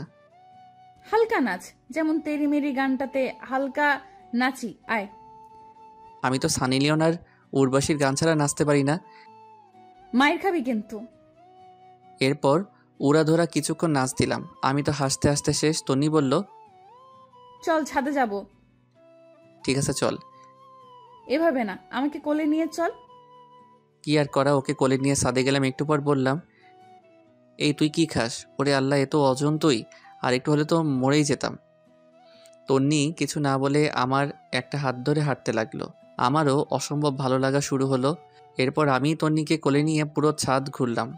একটু পর শুরু হলো ঝুম বৃষ্টি। তন্নির ইচ্ছাটা উপরওয়ালা পূরণ করে দিল। দুজনে অনেক সময় দিয়ে ভিজলাম। হঠাৎ একটা বাজ পড়ার সাথে সাথে তন্নি আমাকে জড়িয়ে ধরল। এইভাবে কিছুক্ষণ চলার পরে দুজনে নিচে চলে আসলাম। তন্নি ভেজা কাপড় চেঞ্জ করে আসলো, আমিও আসলাম। একটু পর বললাম, এই শোন, আমরা ফ্রেন্ড ছিলাম ঠিক আছে, কিন্তু এখন তো স্বামী স্ত্রী হয়ে গেছি। এখন আর তুই করে বলবো না, তুমি করে বলবো। থুর, না, আমি তুই করেই বলবো। কিন্তু কেন? আচ্ছা ঠিক আছে, সবার সামনে তুমি বলবো আর এমনিতে তুই করে বলবো। আচ্ছা ঠিক আছে।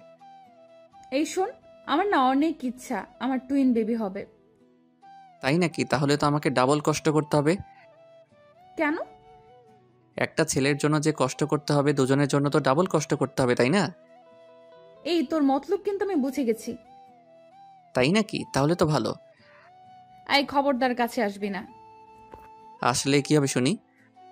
আমি আস্তে আস্তে আগাতে লাগলাম আর তন্নি পিছাতে লাগলো। পিছাতে পিছাতে একসময় খাটের উপর গিয়ে পড়ে যায়।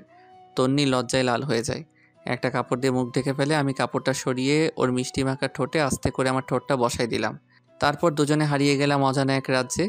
থামেন, অনেক কিছু দেখে ফেলেছেন, এবার আমাদের একটু একা থাকতে দেন।